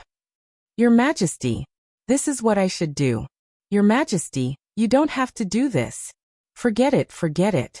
When people get old, they like to sigh. Li Shimin waved his hand and motioned for everyone to get up. Then he continued, Zhang-san, don't you always feel pain in your knees? And your body is weak. And Prime Minister Wei, if you don't have money, just tell me. Don't be so poor all day. People who don't know better will think that I'm deliberately embezzling. Look at your court robe. It's torn. Get a new one. Li Shimin's words made everyone even more confused. They were talking about locusts. Why did the emperor suddenly change the topic? However, the emperor did not say anything. Everyone could only suppress their doubts and wait for the emperor to speak. Li Shimin sighed with emotion and said, The thing you drank just now is called bone-strengthening powder. Brother Zhangfeng said that this thing can not only strengthen your physique, but this bowl is equivalent to the nutrition of a bowl of meat soup. I don't know anything about nutrition, but I drank a bowl. I think Brother Zhangfeng won't trick me, so I'll let you have a taste. If you think it's delicious, I'll reward you handsomely." Everyone trembled with excitement when they heard that. "Your Majesty, you don't have to do this." Seeing that he had achieved his goal, Li Shimin stood up with a smile and helped everyone up. He pretended to warn them. "Although this is good stuff, I have to warn you. I heard that it's very effective in strengthening your sex drive. You all work hard for the court, so I also hope that your children can flourish. So you all must control yourself."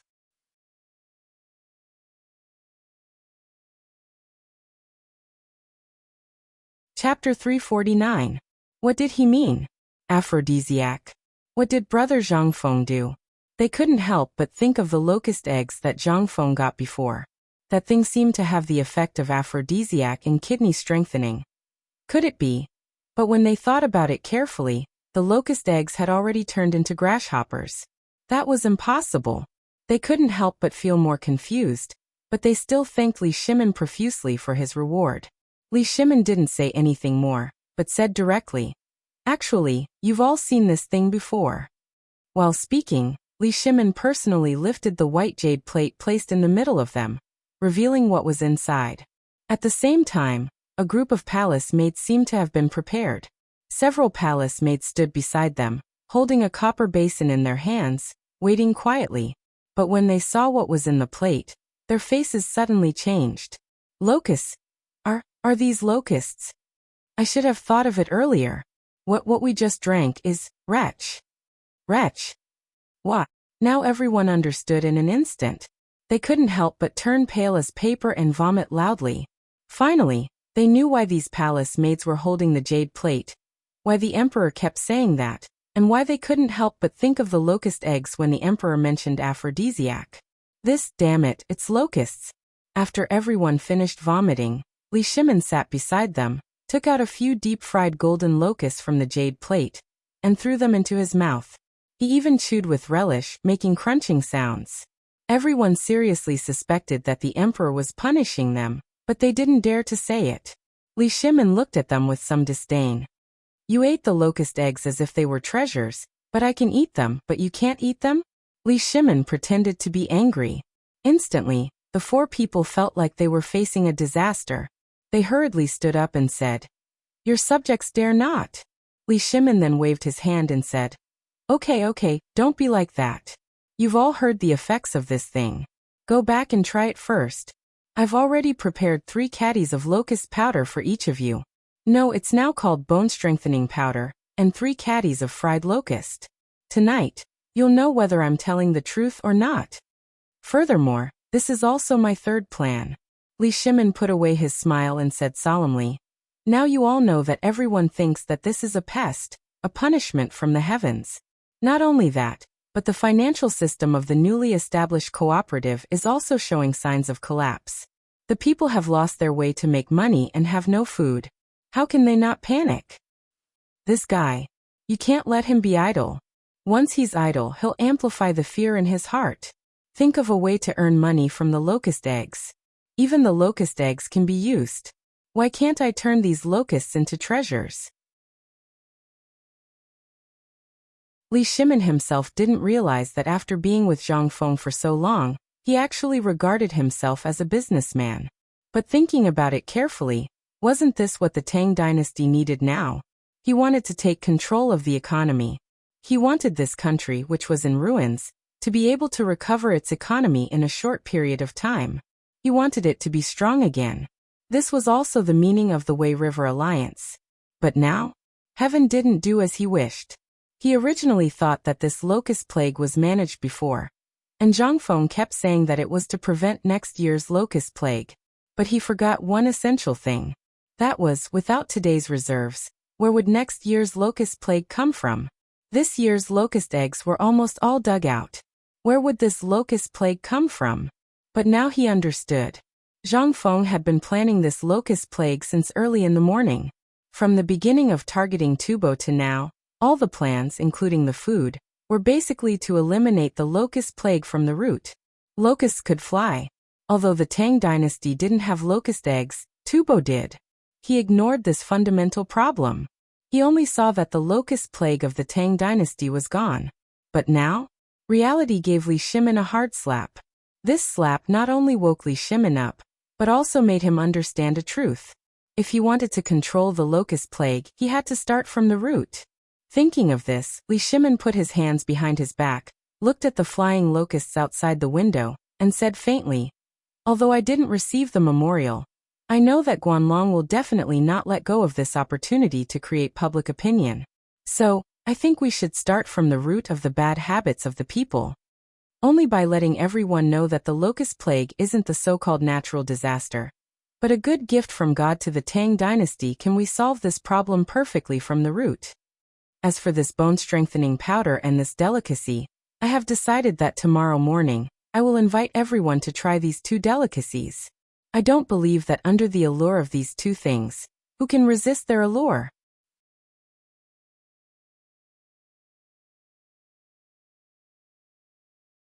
Chapter 350. Li Shimin's words were sonorous and forceful. Wei Zheng and the others finally understood Li Shimin's purpose. They hurriedly knelt on the ground and shouted, "Your Majesty is wise. Forget it, forget it. It would be great if you were wise." Li Shimin shook his head. "It's just a business deal. It's to let the people of the world forget this disaster in such a time of crisis, and let this disaster, these locusts all over the sky, become copper coins in the people's pockets. I'm satisfied." Reporting. However, at this moment, little Gizi hurried in. But seeing that Wei Zheng and the others were present, he hesitated. Li Shimin waved his robe and said, "It's fine. Say it." "Yes. Your Majesty, Tubo's envoy urgently requests an audience with you. He will arrive in Chang'an tomorrow morning." "What? So soon? Didn't he just go back? This is it for?" Wei Zheng and the others could not help but focus on the plate of locusts on the table. Li Shimin waved his hand and said, "Pass down the order. Honglu Temple officials are to receive the envoy according to etiquette." "Yes, Your Majesty." Little Gizi hurried away. Li Shimin smiled. "Dear ministers, the god of wealth of the Tang dynasty is here." "Your Majesty, you mean?" Zhang Sun Wuji heard this and could not help but ask. Li Shimin waved his hand and dismissed all the palace maids and guards at the door. Then he sat in the middle of the four, and asked them to eat the locusts. He said, "Zhang Sun, how did the matter of the retired emperor's birthday last time go?" Replying to Your Majesty, Tubo's envoy said that he wanted to find a way to deal with the drought. After many twists and turns, yesterday, Tubo's grain had already arrived in Chang'an and in Long Yudao's vaults. This subject has also delivered the water wheel to Tubo. This subject has calculated that this is basically all of Tubo's food reserves for this year. Although there is still a surplus, this subject believes that they will not be able to survive past the end of the year after encountering such a locust plague. "All right. Well done." Li Shimin slapped his thigh. Then he said, "The plan has already begun. Now think about it. When Brother Zhangfeng made this plan, what did he say?" When everyone heard this, they thought about it carefully and could not help but be aghast. It turned out that the Zhangfeng brothers had already calculated all of this in the morning. First, they used the water wheel blueprint to deal with the drought in exchange for Tubo's fatal attraction. Then, they took advantage of the Tubo people's desire and public opinion on this matter, and had no choice but to sign a contract with the Tang dynasty again in exchange for the technology. But now, the locusts finally broke out. This time, the account book that Tubo's brother made to the Tang dynasty was raised again. What was this? This was Brother Zhangfeng tying Tubo firmly to the Tang dynasty's waist and working for the Tang dynasty for free. This at that time, although everyone was excited when they heard it, they more or less did not take it seriously. But now, if Tubo really came for the plague of locusts, then, at this time, everyone only felt the horror of Zhangfeng. Every time he made a targeted suggestion, he could make a country a plaything of the Tang dynasty in his hands. How terrifying. This was what it meant to destroy the world with a smile. This was even more terrifying than killing Tubo with real swords and spears. "Your Majesty, this Brother Zhangfeng, is he really a god?" Wei Zheng took a deep breath. He asked in horror. Li Shimin smiled bitterly. I also want Brother Zhang Feng to be a god, but the truth is the truth. He is just a mortal. Everyone was silent. Everyone thought of Zhang Feng's plan to deal with the Tuyuhan and the Turks again, and they could not help but have goosebumps. This was simply too terrifying. Fortunately, Brother Zhang Feng was from the Tang dynasty. If he was from Tubo or another country, then... Right. Li Shimin's expression suddenly changed. He asked, immediately send a message to Qing Yaojin, and ask him whether the Turks were affected by this plague of locusts. Your Majesty, I was just about to report this. Wei Zheng's expression was grave, but his body was trembling. His face was a little red. Your Majesty, this morning, I received a report from the Secretarial Bureau. It said that Yuzhou, Yi Ting, and Qiuzi sent a secret report that a large number of locusts had entered the Tang dynasty from the Turks. Even the situation in Yuzhou has become more serious. If we combine this with this, I think that the locusts must have crossed the Longyu Road from the Tuyuhan and entered the Turks. Then from Yuzhou they entered the Tang dynasty. So, the Turks must have suffered a devastating plague of locusts. Good. Li Shimin heard this and also excitedly slammed the table. This is the most exciting news I have received in recent days. Pass down the order. Quickly find out all the information about the Turks. I want to see how Tuli and Xieli can escape from my control. Also, have people keep an eye on the people from Guanlong, especially on the border. If they are found to have business dealings with the Turks, Tubo, and the others, then... As he spoke, Li Shimin's eyes flashed with killing intent. The four hurriedly got up. We understand. Reporting. At this moment, little Gizi entered the imperial study again. As soon as he entered, little Gizi hurriedly knelt on the ground and said, Your Majesty, the envoy from Tuyuhan is also here.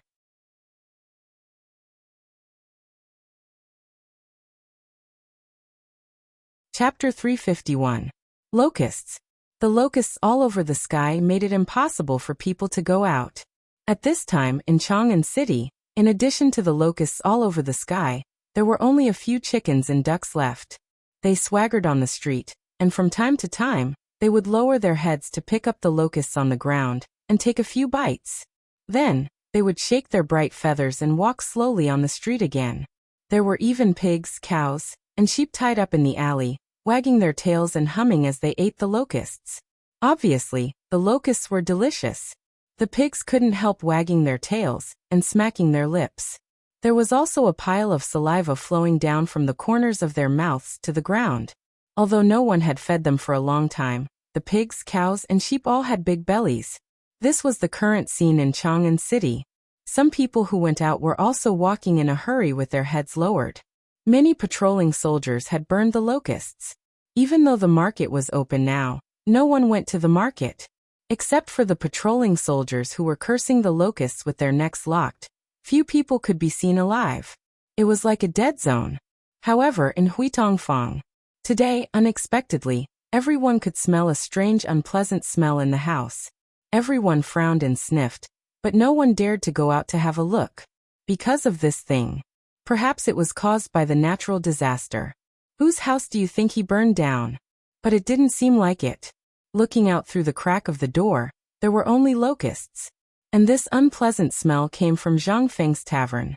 At this time, Zhang Feng was squatting in the backyard of the tavern. Piles of mugwort, musk, and other things were burning around the walls of the courtyard. When all the locusts flew over the courtyard, they didn't even have the chance to show off their might before falling to the ground as if they were drunk. Then they jumped a few times on the ground and stopped moving. In the middle of the courtyard, Zhang Feng was squatting on the ground, fanning himself with a palm leaf fan. Waves of fishy stench accompanied by rolling black smoke slowly spiraled in the air before being scattered by the locusts. Although Zhang Feng was sweating all over at this moment, his face was filled with excitement as he looked at the red-hot stove. Soon, as long as the rubber is successfully refined, I only need to tinker with a sand model to make a tire. Then I can, Fengzi, open the door. Zhang Feng was fantasizing about riding a tricycle or a bicycle to show off in front of Chen Tiniu, Lao Li, and the others. Old He's urgent question pulled him back to reality. Zhang Feng hurriedly dealt with the things that were used to refine rubber. Then he hurried out and opened the door for Uncle Ho. As soon as the door was opened, Old Ho was carrying a huge gunny sack and panting heavily. His gunny sack and his body were densely covered with locusts. "What are you doing? Why did you take so long to open the door?" Old Ho muttered as he took the opportunity to unload the big sack on his shoulder into the backyard. He then looked at the strange thing and asked, "What is it?" Zhang Feng shrugged. "I can't go out, can I? I'm tinkering with something fun." "Something fun?" Old Ho shook his head. "Use this bag of soft sand sparingly. It wasn't easy for me to get it for you from outside the city." "Okay." Zhang Feng rubbed his hands excitedly. This time, he finally had the mold to make a tire. He gestured for Old Ho to go to the front hall. Zhang Feng took the opportunity to fish out a few bottles of fruits that were frozen at the bottom of the water tank before going to the front hall. There were no tools to freeze fruits in ancient times. Even if there were, Zhang Feng didn't have the time to do it now. All fruits and the like, if he wanted to freeze them, he would have to either sink them to the bottom of a well, or put them under a large water tank. He quickly made 3 dishes from the kitchen. Old Ho was already drinking by himself. "Fengzi, don't go anywhere during this period of time. I just went out and heard from the guards at the city gate that yesterday afternoon and night, when the city gate was about to be closed, the envoys from Tubo and Tuyuhun came again." "Oh, again? What are they doing here?" Zhang Feng took the opportunity to ask. Old He drank his wine and ate his dishes. Then he said, "Who knows? I think it's related to this disaster. You didn't hear it. The envoys that came this time are called poor. They didn't even have a decent gift." When Zhang Feng heard this, a subtle smile flashed across his eyes. "They're finally here? Looks like I guessed right again. Their plague of locusts has reached an uncontrollable stage. Sigh. This is money. Sometimes, you have to earn it even if you don't want to." Zhang Feng shook his head and said, "Then why can't I go out? Isn't it because you like to cause trouble too much? This time, I heard that Tubo wants to form an alliance with the Tang dynasty. It's very likely that His Majesty will invite Jingshu from Yanlai restaurant to play music. You should think twice. If His Majesty finds out about you and Jingshu at this time, if he gets angry." When Zhang Feng heard this, although his expression turned ugly, he still shrugged and said, "I won't. Don't worry."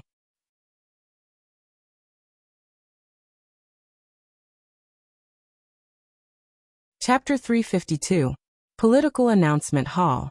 It wasn't time for court yet, but there were already palace maids and eunuchs in the political announcement hall using mugwort, sulfur, and other things to smoke the locusts in the room. Even the Honglu Temple was using this method on the way from the Vermilion Bird Bridge to the political announcement hall. And this method, which the emperor had gotten from an unknown source, was actually able to make all the locusts in the imperial city disappear overnight. Now the glazed tiles of the imperial city, the white marble floor, and the lake in the imperial garden were densely covered with the corpses of the locusts. And the emperor actually asked them to pack up these disgusting insects. This was what puzzled them the most. But this was the emperor's order, and they didn't dare to disobey. They could only obediently carry it out. The bell rang at 5 o'clock. Finally, after everyone had sorted out the locust corpses, it came late. Dong dong dong. With the sound of the bell, a group of purple, red, and green-robed officials lined up with white jade tablets in their hands and entered the locusts. But today everyone was shocked. First of all, the locusts that filled the sky could not be seen the moment they stepped into the imperial city. Even the deeper they went into the imperial palace, the more they couldn't see a fly or a mosquito. Strange. This didn't make sense. Everyone turned to look at the city gate behind them. In the sky outside the city gate, there were still dense locusts baring their fangs and brandishing their claws. But what was going on? The locusts didn't dare to enter the imperial city? Was it a favor from the heavens? Or, everyone entered the political announcement hall in surprise. Once they entered the political announcement hall, they smelled a burst of incense. This smell was very strange. It had the fragrance of flowers, but there was also a faint musk and the smell of mugwort. This made everyone even more puzzled. But just as everyone looked around in confusion, trying to find a locust in the corner of the door, Xiao Gizi's voice sounded from behind the door. The emperor has arrived. Kneel. Everyone hurriedly stopped talking and hurriedly bowed. This subject respectfully welcomes the emperor. No need for formalities. With the crown on his head, Li Shimin walked up the stairway to heaven with a majestic gait. He waved his hand and said, "Sit." But before everyone could sit down, someone hurriedly stepped forward and said, "Your Majesty, this subject has something to report." Li Shimin glanced at the newcomer. He was a member of the Shandong landowning class. Li Shimin waved his hand. "Speak." "Reporting to your Majesty, I investigated in Chang'an city yesterday and found that all the people there were in a state of panic and discontent.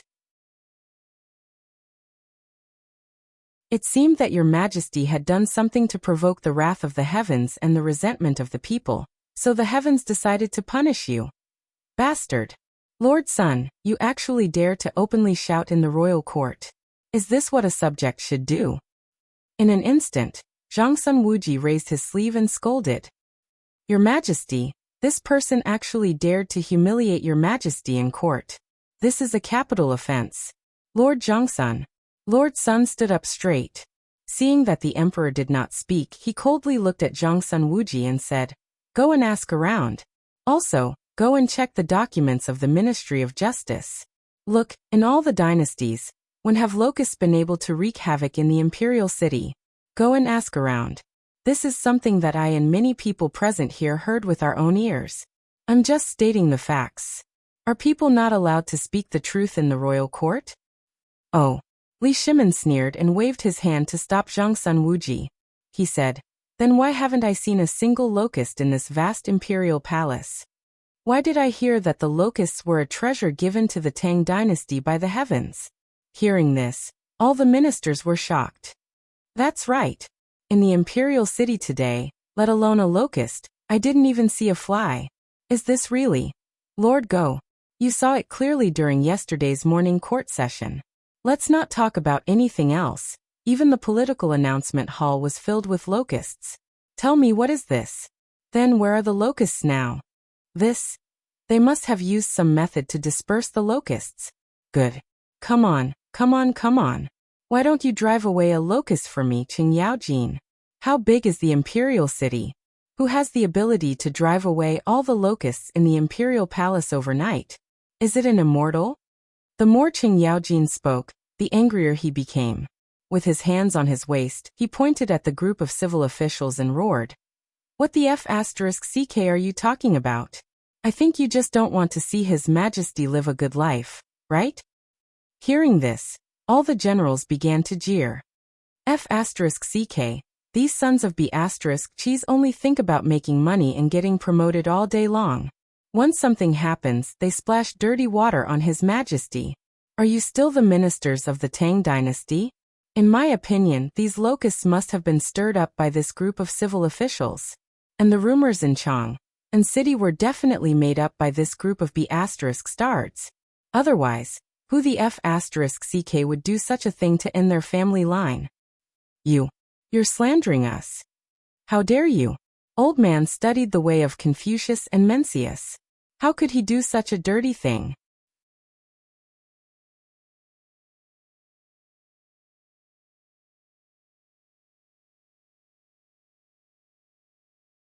Lord Zhangsun, I have observed the heavenly phenomena in this matter, and it is actually Mars guarding my heart. You, old liar, you're using Antares guarding heart again, aren't you? I, old Chung, still remember the last time, before the retired emperor's birthday. You said that Inghuo was guarding the heart. What happened to the trade route that was sabotaged by Guanlong? Did Mars come up with this again when it saw that Chang'an city couldn't be messed up? Then according to what you said, are all the stars in the sky what you call Mars guarding the heart? Qing, I have no quarrel with the ox. Get out of here. Don't use Antares guarding heart to swindle people. If you dare to use this again, do you believe that Lao Tzu won't beat you up in court? Vulgar. Vulgar. Your Majesty, please say something. We are sincere. Now everyone in Chang'an city is indeed spreading this rumor. Moreover, the locusts are also true. According to what Qing said, the locusts outside the city were all fabricated by us? Lord Wei, Come out and be the judge. Seeing that the emperor was still ignoring him, that person hurriedly asked Wei Zheng. Wei Zheng glanced indifferently at all the officials who were kneeling on the ground and begging him to come out. He sighed faintly and said, "Just now the emperor said that this is not a punishment from heaven. This is a blessing from heaven. It is an auspicious sign that heaven has bestowed upon the Tang dynasty. Don't you understand?" When the civil officials heard this, they instantly held their breaths. An auspicious sign from heaven? What was going on? Even Prime Minister Wei. Prime Minister Wei.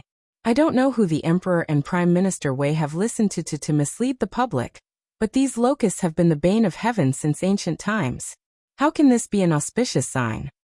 Not an auspicious sign?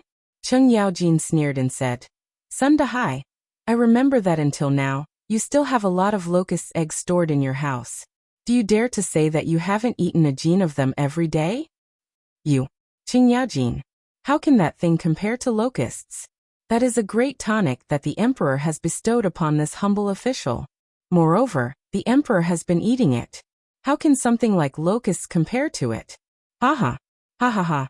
Cheng Yaojin and Zhang Sunwuji finally couldn't help but laugh out loud.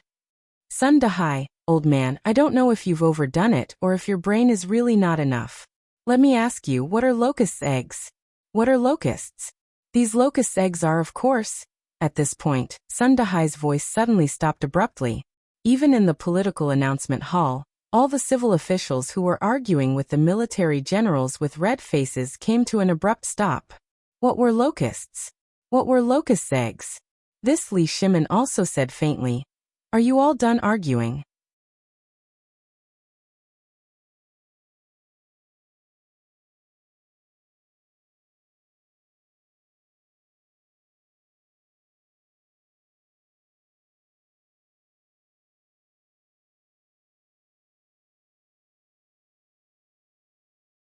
Staring at the remaining food in the bowl, everyone began to wolf it down. Some people even covered the bowl with their sleeves and licked it with their tongues. Li Shimin didn't stop them. He just looked at everyone with a smile. Cheng Yaojin was about to follow suit, but Fang Xianling quietly nudged him in the arm. Only then did he put down the bowl embarrassedly. After everyone finished eating, Li Shimin said, "This bone-strengthening powder not only has the effect of strengthening the yang qi and the kidney, but also contains all the effects of the locust eggs. If you take it for a long time, although it can't make you young again, it can make your body stronger. Not only that, it can also make you a little contribution to the population of the Tang dynasty. I am also willing to take this thing out and make a fortune with my beloved subjects." Make a fortune? The emperor was actually willing to offer such a magical and precious thing? Is this really a treasure given to us by the heavens? Everyone was even more excited and thanked him profusely. At this time, Li Shimin stood up with the help of Wei Zheng and Cheng Yaojin. After exchanging greetings with the officials again, Li Shimin said, "I know that you all want to know what this thing is, right? Your Majesty, what is it?" Li Shimin shook his head lightly. "Allow me to keep you in suspense. Go back and try it. After 3 days, when you see the effect, I will naturally announce it in the morning court. And I dare to guarantee that this thing, as long as you all work together with me, in less than 3 months, your mansions will be filled with money." The officials were envious. Previously, the emperor knew that they all had properties, but he didn't care. But now, the emperor was actually willing to take out such a sacred thing and share it with everyone. What was this? This was a wise emperor of a generation. Among them, there were some people who always felt that the emperor was not pleasing to the eye. At this time, when they looked at Li Shimin, there was actually a sense of shame in their eyes. Guanlong, the nobles of Shandong, and even the people of the 5 surnames and 7 Wangs couldn't understand. Everyone looked at the emperor in confusion. They didn't know what Li Shimin was doing. Cheng Yaojin was also anxious. If it weren't for Wei Zheng and Fang Xianling holding him back, he would have rushed up and asked the emperor what he was doing. But at this time, he heard a sentence from Zhang Sunwuji's speech. "After the court, the emperor invites you in."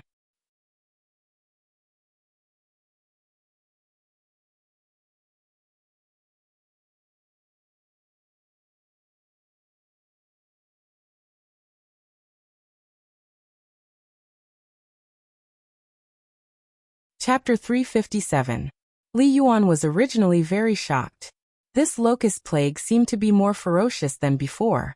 He was still worried about how Li Shimin was going to control the locust plague. But this morning it was controlled? This couldn't help but make Li Yuan even more puzzled. But he was also slightly relieved. He knew best what his son was like. If he could govern the imperial city well, then this method would definitely be used by the whole world. Otherwise he wouldn't be Li Shimin.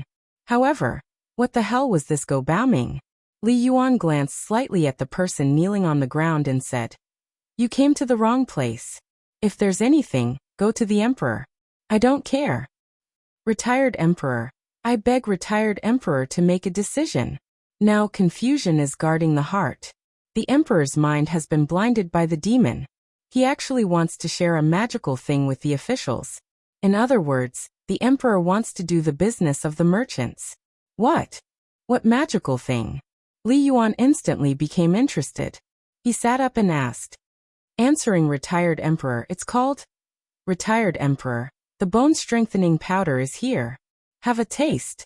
And at this moment, a charming voice that could make people's bones soften instantly made Li Yuan put him down, and excitedly held a woman in revealing clothes.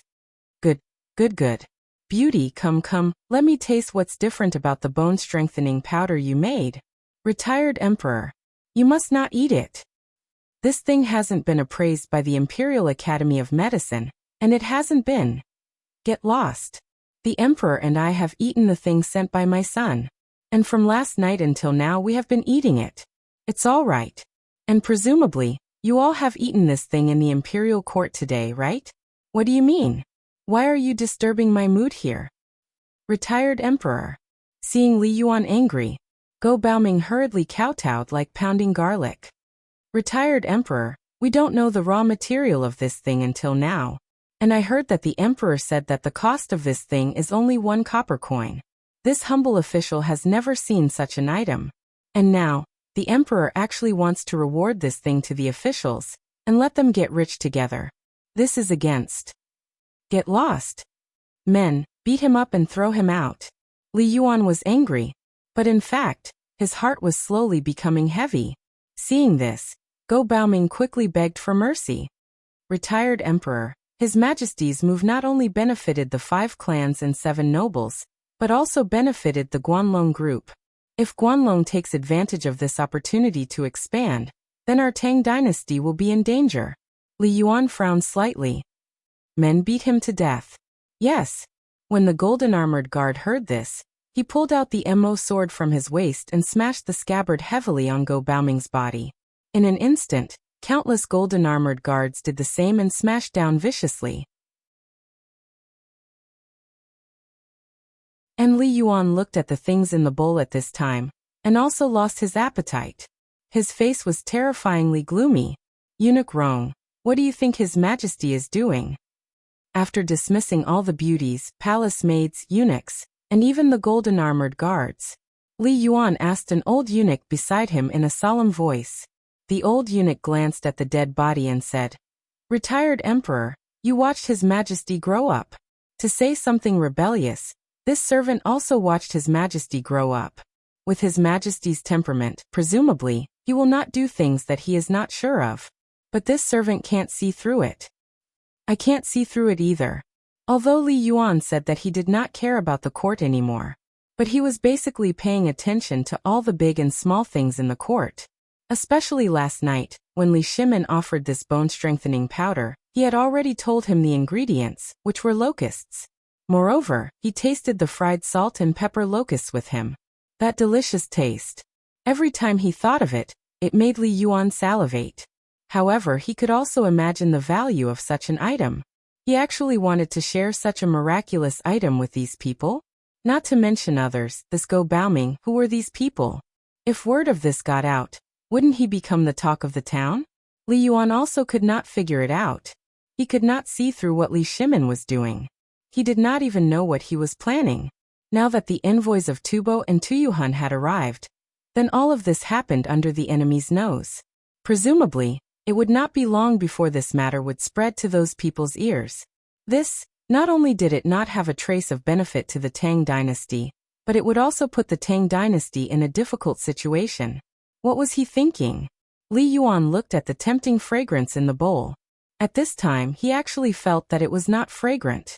Deeply sighing, Li Yuan still felt that he should go and see Li Shimin. Otherwise, he would not have confidence in his heart. Go, set the carriage, let's go see His Majesty. Oh right, where is His Majesty now? Reporting to retired Emperor, I heard that he is discussing with Prime Minister Wei and others in the pavilion in the middle of the lake in the Imperial Garden. Good. Since they are all here, then today, I might as well solve this matter all at once. Go. Set the carriage. Yes. Li Yuan made up his mind. Since they were all here, then he might as well make this matter clear in front of them. He believed that if it were not for these guys, His Majesty would definitely not play like this. Or was there really an expert behind Li Shimin? But who was he? Li Yuan could not help but think of the jars of wine that he had never seen before. You, who are you?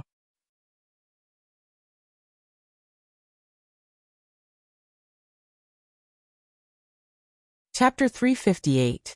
In the Imperial Garden, Li Shimin and Wei Zheng were talking about how to deal with the plague of locusts. While they were talking, they picked up some oily grasshoppers from a big plate on the stone table, threw them into their mouths, and chewed them. Then they took a sip of wine. That kind of wonderful feeling was self-evident. My dear Minister, do you mean that the plague in Tubo is more serious this time? Li Shimin took a sip of wine. His face was as red as a tomato. But after a long silence, he looked at Wei Zheng and asked. Wei Zheng thought for a while, put down the grasshopper that he was about to eat, and nodded. Here's the thing. The news from Liangzhou arrived at your mansion in the middle of the night. It said that all the good merchants in Liangzhou came back from Tubo as if they were fleeing. And I also heard that there was a problem at the Turkic border. All the Turkic people are gathering at the border. Judging from their ragged clothes, they don't seem to be having a good time. So this means that Brother Zhangfeng's prediction is very accurate. The plague of locusts in the Tang dynasty is caused by Tubo and Tuyuhan? Li Shimin analyzed carefully. Yes. Feng Xianling nodded. He narrowed his eyes and said, that's indeed the case. I also checked the letters from various places. All the places where the plague of locusts broke out are near these places. The other places are basically fine. Then tomorrow morning, the envoys from Tubo and Tuyuhan will have an audience with you. Your Majesty, I want to ask if this matter will be discussed in the court, or if I will go to the Honglu Temple in private to hold a banquet, and talk about it at the banquet. Zhang Sun Wuji frowned and looked at Li Shimin. Well, Li Shimin stroked the beard on his chin. After thinking for a while, he said, let's wait until after the court tomorrow. I think those officials will use the bone-strengthening powder today, so there will be a decision tomorrow. Isn't it supposed to take 3 days? Cheng Yaojin grabbed a handful of locusts and stuffed them into his mouth, then asked vaguely. If that's the case, Your Majesty, why don't we make them suffer for another day? This way, it will be more beneficial to our interests. Moreover, when the time comes, those fellows in the imperial court will definitely finish the things you gave them in 3 days. When that time comes, they will crazily want more of these things. Wei Zheng narrowed his eyes, and a scheming look flashed in his eyes. Aphrodisiac is a fatal attraction for every old thing. Your Majesty, don't ask anything about it for 2 days. Don't talk about it. By the morning of the day after tomorrow, those ministers will definitely not be able to endure it. They will agree to whatever Your Majesty says in terms of benefits. When the time comes, once it is announced, there will be no delay in Your Majesty's plan. As long as someone dares to oppose or question it, there will be people who will go crazy against that person. How could these old fellows not know about the Emperor's plan? This was a big reshuffle, and also a chance to pick a side. In front of huge benefits, all the previous gaps would disappear. They were all old foxes, so who would dare to block the road to wealth? Moreover, it was the road to wealth for all the civil and military officials in the imperial court. However, the money they earned would eventually go into the emperor's pocket, and then turn into pieces of paper and fly back into their pockets. It was not so much making money for them, but for the emperor. Damn it, who would oppose it? Who would dare to oppose it? Good. Li Shimin heard it and said loudly, Then he raised his wine cup and said, "In that case, let's make them suffer for 2 more days. Just like the man who trained the eagle, I will also make them suffer. Everyone raise your cups, let's drink together." Now all the plans, including the strategy that Zhang Feng told Li Shimin before and yesterday, were clear about the plague of locusts in Tubo and other countries. Then they just had to wait for 3 days. After 3 days, what kind of era would the Tang dynasty enter? However, just as they raised their cups, Li Yuan and the old eunuch came in a hurry. They stopped all the people who wanted to report, and stood not far from the pavilion in the middle of the lake. Then they looked at Li Shimin and the others. Li Yuan also heard the conversation just now. Although he did not hear what they were discussing in a low voice, the last sentence made Li Yuan unable to hold back his anger. If this went on, wouldn't the court become a place of good merchants? These traitorous traders. Li Yuan was angry. The evil spirit all over his body was rising sharply. At this moment, Li Yuan no longer hid behind the tree, and strode towards the pavilion in the middle of the lake. At this moment, the old eunuch who followed him also shouted in a sharp voice, "The retired emperor has arrived." When the people who were drinking heard it, they could not help but be shocked. Why did the retired emperor come? But when they turned around, they saw the retired emperor angrily coming with his hands behind his back. The people's eyebrows could not help but jump, and they hurriedly bowed down. Li Shimin was the same. This son greets the retired emperor. Li Yuan did not speak. Instead, he walked into the pavilion in the middle of the lake in anger.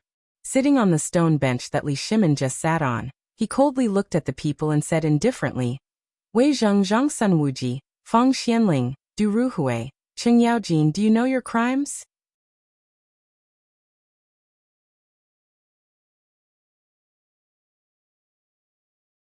Chapter 359. Guilty. What crime? The few of them were confused. Li Shimin was even more confused. But after thinking for a bit, he understood a lot of things. This must be someone who went to complain. Very good. Father, this son doesn't know why father is so angry? Is it? Zhen is living very well. Don't use those things to brush me off. Zhen asks you this locust plague, how are you going to solve it? Also, I heard that you want to turn the imperial court into a place for merchants. Is that right? Don't quibble. Zhen heard your conversation just now. What are you talking about? If you go on like this, won't this imperial court be laughed at? My imperial court of the Tang dynasty has become a place for merchants. What is this? This is a great shame. It turned out that the retired emperor was angry because of this matter. Li Shimin calmed his mind slightly and motioned for the few of them to get up.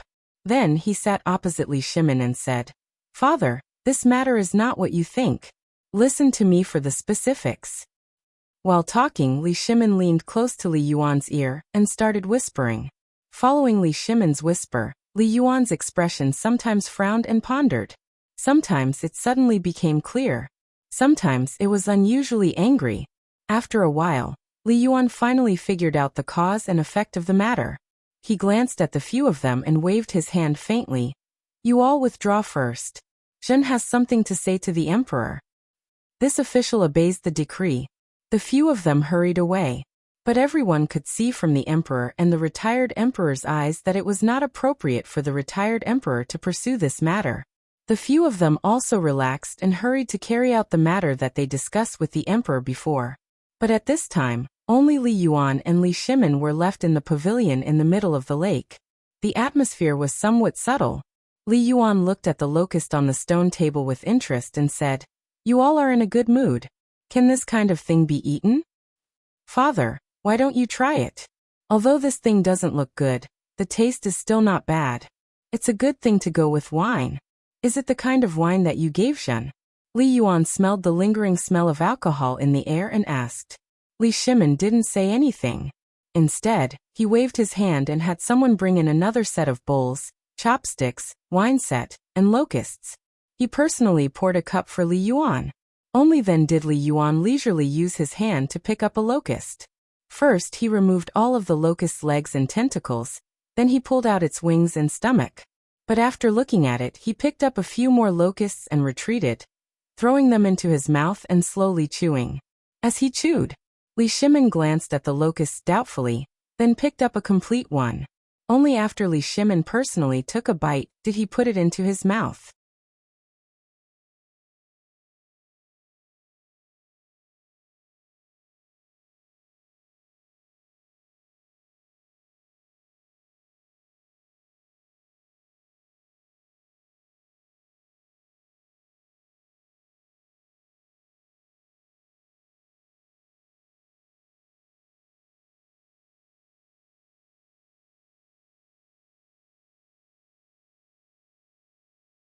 Was the emperor really angry? Only then did everyone kneel down in fear and shout, "Your subjects respectfully welcome your majesty for 10,000 years." Only then did Li Shimin slowly walk out of the back hall with his hands clasped behind his back. However, as soon as he came out, Li Shimin acted as if he didn't know. He looked at the crowd in surprise and said, "Dear subjects, what are you doing? Quickly get up." Thank you, your majesty." "Little Gizi, cancel the flogging." "You too. Why did you make such a big fuss over such a small matter?" Li Shimin stepped on the stairway to heaven and sat on the dragon throne. He said again, "By the way, why were you all so noisy just now? Tell me and let me be happy. Prime Minister Wei, tell me." "Your Majesty." Wei Jing stepped forward and held the white jade medallion. He said, "Just now the officials were discussing the bone-strengthening powder business." "What?" Li Shimin frowned slightly. "This is the political announcement hall. Why are they discussing this matter in the morning court? What is the meaning of this? And with all the officials together? What kind of scandal is this? If people know about this, won't they sneer at the Tang dynasty and laugh at me for not being able to govern the country? Minister of Rights." Li Shimin looked slightly displeased and waved his hand. In an instant, an old official stepped forward, trembling with fear. "Yes, your majesty." "Wait, cooperate with Lord Zhongsun and record the list of those who participated in the commotion just now. Everyone go back and copy the official system. I want to look at them one by one. The flogging will be waived." Hearing this, everyone breathed a deep sigh of relief. Some even quietly wiped the cold sweat on their foreheads. They knelt down again and said, "Thank you, your majesty." Okay. Li Shimin's mood was called elated. This was the style of a ruler of a country. In fact, he had arrived earlier, but he didn't come out. He was waiting. Just now, he bet that Wei Zhang and the others wouldn't stop him. Then he asked little Gizi to put on a show. That was how he severely suppressed these arrogant guys. He claimed to be the successor of Confucius and Mencius. He cared about it all day long. But what was he doing now?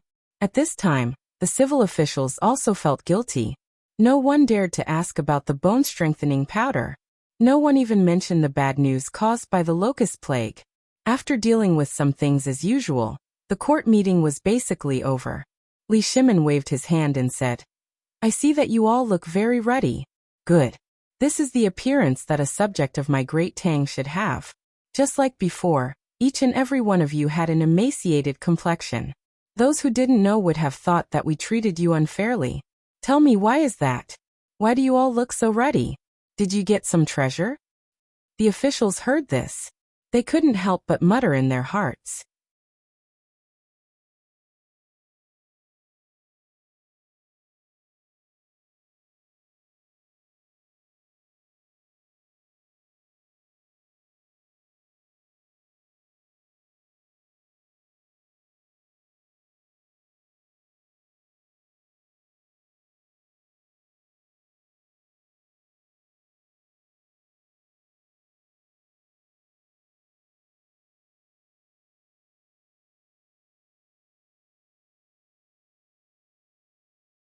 Chapter 364. Compared to Li Shimin's joy, now Zhang Feng could be said to be crazy. In the yard. At this time, the yard was full of shiny black iron parts. If there was a modern person after seeing these things, he would be shocked. Because each of these parts was a part of a bicycle. And Zhang Feng was squatting on the ground, fiddling with something like a bicycle chain. The chain was not as precise as it was in his previous life. The craftsmen of today did not have the ability to do so, but Zhang Feng had put in a lot of effort to make the gears of the tricycle into a linkage. and the link between the two gears was replaced by a chain like a chain. For this kind of thing, he quarreled with the old blacksmith in the south of Chang'an city for a full hour before finally settling this matter. At this time, Zhang Feng was using molten iron to fasten the chain to the gaps one by one. He heated it with fire, and then poured molten iron on it. In this way, this thing could be made into a hole.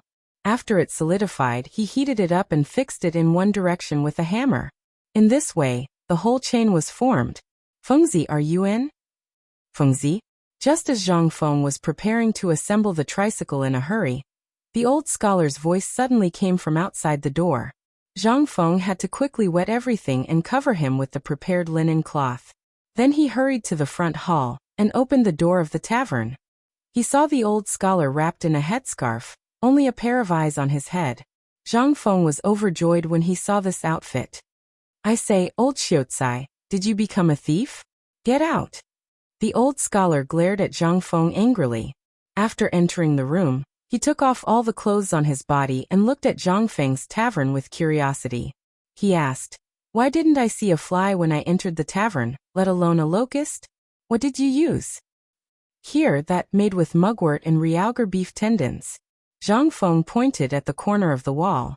The old scholar couldn't help but feel curious. This thing can drive away locusts? Of course. If you don't believe me, you'll know when the time comes. Take some with you when you leave. I guarantee that you won't see a single locust in your courtyard. Oh right, you're here for? Zhang Feng asked curiously. It's nothing. I just don't have any alcohol to drink. The old elementary scholar didn't put on any pretense and said directly. Hearing this, Zhang Feng didn't waste any time. He took out a jar of good wine from the counter and went to the kitchen to prepare a bowl of bone-strengthening powder and a side dish. He originally wanted to serve the fried locusts, but after thinking about it, he was afraid that the old scholar would immediately die when he saw that thing, so he hesitated for a few seconds. In the end, he gave up on acting cool. If he died, he would be in big trouble. Moreover, when the academy opened, he, the old elementary scholar, would be the main force. Here, old Xiaocai, this is good stuff. It's called the bone-strengthening powder. You've come at the right time. I was wondering when I should send it to you. While they were talking, Zhang Feng put a big bowl of bone-strengthening powder in front of the old elementary scholar. The old elementary scholar put down the bowl and sniffed, looking at the paste in the bowl with a face full of surprise. This is bone-strengthening powder. As the name suggests, eating it can strengthen the bones and the body. Hearing this, the old elementary scholar held the bowl with both hands. Ignoring the fact that it was scalding his mouth, he took a deep breath and savored the taste in his mouth. Slowly, he closed his eyes and let out a moan of pleasure. Wonderful! What is this made of? How can it be so delicious? This old elementary scholar, let me keep you in suspense for a while. I'll tell you later. Zhang Feng smiled and filled the old elementary scholar's cup. He said, I know that you don't come to the Three Treasures Palace for no reason. Just tell me, have you taken a fancy to a young wife? Nonsense. How can the old man be a bastard like you? The old elementary scholar couldn't take it anymore. He glared at Zhang Feng. Then he said slowly, isn't the Dragon Boat Festival just over? Originally, there was going to be a lantern festival this year, but because of these damn locusts, it was cancelled. However, the poetry festival is still going on. I think, with your ability, and for the sake of the academy in the future, you should still go for... No. Without waiting for the old scholar to finish his words, Zhang Feng rolled his eyes and rejected him. Who was he? He was just a plagiarist. How could he compete with those awesome people? Although poetry was not very popular in the early Tang dynasty, it didn't mean that it didn't exist. Take banknotes for example. He had only read in the records of the grand historian that banknotes were popular during the Song dynasty. But who would have thought that banknotes were already in existence in the Tang dynasty? Although the scale was not very large and there were very few users, at the very least, this thing had evolved from the Tang dynasty. And that was Li Bai. Although he hadn't been born yet, there were still some awesome people at this time. If he went against them at this time, wouldn't he be courting death? Therefore, Zhang Feng decisively refused. Besides, when the academy was opened, who the hell said that he would teach everyone?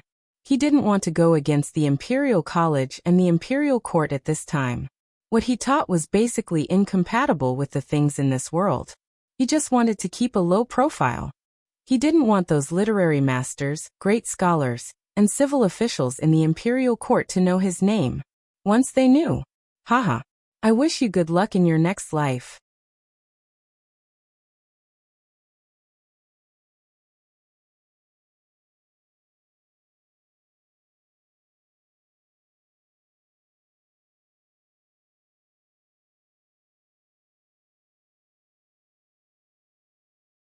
Chapter 366. In the political announcement hall. Li Shimin was sitting still. It was the same for all the ministers. Everyone's backs were ramrod straight. Even the generals were wearing armor that they hadn't worn for a long time. They were even allowed to bring their weapons to the palace. What kind of occasion was this? This was a time to show off the might of the Tang dynasty. To put it bluntly, it was a time to show off. Li Shimin sat on the dragon throne with a dignified expression. When the Jinwu guards outside the hall signaled the arrival of the envoys from Tubo and Tuyuhan, Li Shimin waved his hand and said, "Summon the envoys from Tubo and Tuyuhan to the hall." The emperor has decreed that the envoys from Tubo and Tuyuhan should be summoned to the hall. The emperor has decreed that the envoys from Tubo and Tuyuhan should be summoned to the emperor. Summon. Following the three shouts of the Jinwu guards, two people wearing beast-skin skirts with all kinds of beads hanging from their bodies, and a string of heaven beads in their hands respectfully entered the political announcement hall. This time, Tubo didn't send Solons, but it seemed that Tubo had sent someone extraordinary. This person had a big belly and a round waist. He wasn't tall, but he had a red brandy nose. He squinted his eyes and observed the civil and military officials from time to time, but he didn't have a trace of satisfaction. On the other hand, the envoys from Tuyuhan, although they were wearing the same clothes as the envoys from Tubo, they were thin and tall like bamboo.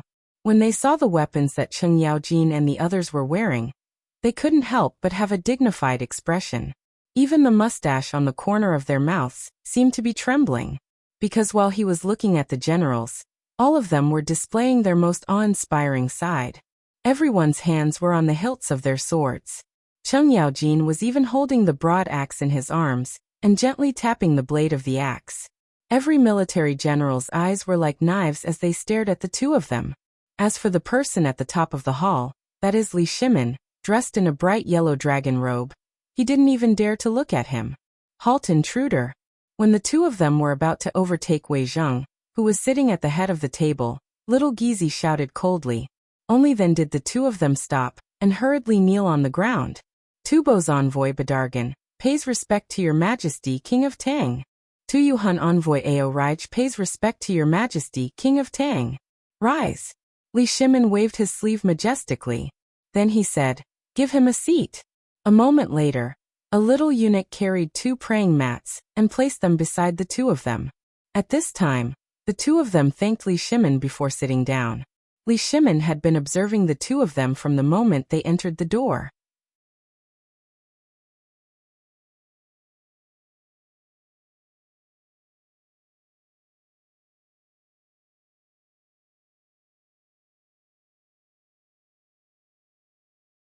In the past, there were still some weeds, wild vegetables, and leaves to eat. But now, the locust plague broke out, and more than half of the cattle and sheep starved to death. The number of people starved to death was also increasing day by day. If this situation was delayed, wouldn't the country be destroyed? How could the Tang dynasty not know this? But what did he mean now? Was he waiting to see the destruction of the country? Sir Envoy. Oh right, Sir Envoy Badargan. Please calm down. At the right moment, Zhang Sun Wuji stood up with a smile and said slowly, "We are also aware of your situation. However, you have also seen the locust plague. This is a full-scale outbreak, and the Tang dynasty is also suffering from a locust plague at this time. Although the source of the locust plague is in Tubo and Tuyuhan, let's not talk about it now. Let's talk about this matter. You also know that once the plague of locusts breaks out, everyone will starve, and my great Tang is no exception. How about this? I have a suggestion. Will the two of you listen to it? Oh, dear envoy. What good idea do you have? Quickly tell it to me. Li Shimin hit the nail on the head, leaving the two of them no chance to refute. Zhang Sun Wuji bowed and thanked Li Shimin. Then he said, Your Majesty, I have been thinking about this when the two of you arrived in Chang'an. It was not until now that I have a clue. Here is my idea. Now that the Tang dynasty and Tubo and Tuyuhun are short of food, the locust plague has broken out at the same time. This is a difficult problem.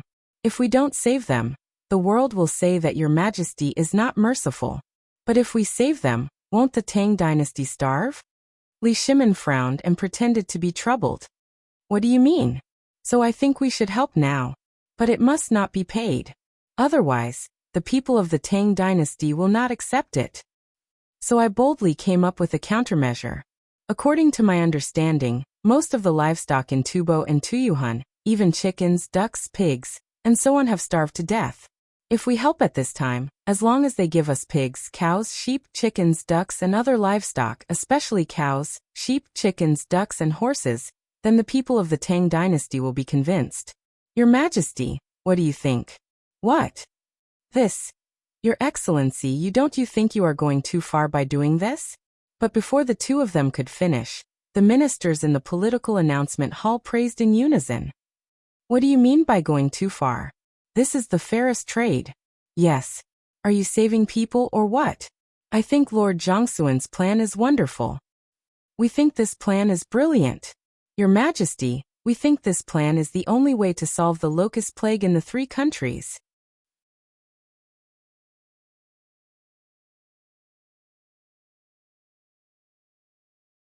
Chapter 368. Aorij and Bardal became anxious. What is the meaning of this? Isn't this a discussion? You don't even want our opinion? It's decided just like that? When did I agree to exchange our cattle, sheep, and horses for food? If that's the case, when the plague of locusts is over, what will be left of our country? Without a horse, without a single cow, won't we still have to wait for death? At this moment, Li Shimin listened to everyone's words and kept nodding. I also feel that this method is the best. It can make the people of my Tang dynasty accept wholeheartedly, and it can also end this plague of locusts in the shortest time possible. Gentlemen, what do you think of this plan? If it's possible, I will now issue a decree that tomorrow, there will be 30,000 dan of grain set off from Longyu Road, and enter your 2 countries. Wait. Your Majesty. This matter still needs to be discussed. Bardal became anxious. He hurriedly stopped them and said to Aorij, This method is not appropriate. If so, although it can solve the food problem, the root of the plague of locusts is still unsolved. Moreover, once this matter is over, all the livestock in my country will be gone. Li Shimin was slightly unhappy. Then what do you mean? How should we stop the mouths of the people of the Tang dynasty? This matter, Zhang Sun Wuji Weizheng, and all the officials listened to the decree. Today, in this political announcement palace, you all will discuss this matter. I will wait for your final decision in the imperial study. After saying that, Li Shimin left with a frosty expression. Farewell, Your Majesty. Everyone was shocked when they heard this. His Majesty must be angry. However, Li Shimin immediately smiled the moment he entered the back hall. At this moment, the two of them had already entered the trap. As for the result, he didn't need to see it anymore. In the political announcement palace, Bardal and Aorij were stunned. What did the Tang emperors mean? He left just like that? This, however, when they recalled that His Majesty had said that the matter would be settled today, they didn't think too much about it. This was what they wanted. The fact that the two of them could come to the Tang dynasty this time meant that they were the best negotiators in their country. As for how far the discussion could go, the fact that His Majesty didn't directly refuse meant that there was still room for discussion. Bardergan could not help but cry out in grief. My lords, this plague of locusts is no small matter. Look outside Chang'an City. Are you willing to see what happened to me, Tubo, as an example? I hope you can. Lord Envoy, let's not rush. Since His Majesty said that we should discuss this matter slowly, why don't we discuss it slowly? Let me comb it for you. Zhang Sun Wuji patted Badargan's shoulder and said, I know how you feel. And the Tang dynasty doesn't want those bastards of yours. We just want the people of the Tang dynasty to rest assured and not worry. If that's the case, we'll pay for it. How about we pay for it? Ao Raj narrowed his eyes and said, Lord Envoy, what you said is wrong. At this time, as soon as he spoke, the civil officials couldn't sit still anymore. Look at the Tang dynasty and your Tubo and Tuyuhun. How can we ask for your money? Even when we helped you deal with the drought, we didn't ask for any money, right? So this time, talking about money will hurt feelings. And in the current situation, money is useless. Think about it, everyone is short of food, right? Moreover, we're helping you raise your livestock. After this year, when spring comes next year, we'll return your cattle, sheep, pigs, chickens, and ducks intact. Isn't that better? The civil officials spoke one after another. At this time, Bardergan also exploded. He pointed at a white-bearded old official in front of him and shouted, Like hell I'll believe you. You're a bad old man. Do you think I don't know that we'll return these livestock once they're in your hands? The old man wasn't angry or angry. Instead, he patiently explained, Lord Envoy, you're thinking too much. My Tang dynasty has vast land and abundant resources. Your Tuyuhun is just a small place. Those few horses, cows, and sheep aren't even enough for my Longyu output. Do you think my Tang dynasty will care about them? His Majesty has said that this is to reassure the people. Think about it. The food now is life-saving. Are you taking the food back for people to eat? For the people to eat? Or for these animals to eat? And now the locusts have eaten up everywhere. What are you going to feed them? Bardergan seriously suspected that these people were cursing. But he didn't have any evidence. But he was clear about this. Even if there were 1,000 cows, 10,000 horses, 10,000 sheep, and 10,000 pigs in Tubo, those chickens and ducks were not included. In a year, 500 cows and 3,000 horses would give birth to cubs. Who would they belong to? When the time came, they would desperately squeeze these livestock to produce livestock. Even if they sent them back next year, they would only be old, weak, sick, and disabled. Wouldn't this be a year of free labor for the Tang dynasty? Were they stupid? Moreover, the matter of how to control the locust plague hadn't been mentioned yet. Were they really so confident that they could do it? Thinking of this, Bardergan suddenly shouted, No! It's impossible to exchange livestock for food. Let's talk about controlling the locust plague first, then we'll talk about this. That you're tuning in to the Li Mei's Wuxia Whispers YouTube channel. We're so grateful for your support, and don't forget to subscribe to join us on this incredible journey through captivating stories. Your generosity through donations truly makes a world of difference, as it's the primary source of revenue that allows me to expand and enhance this channel for you. Thank you from the bottom of my heart for being a part of this adventure.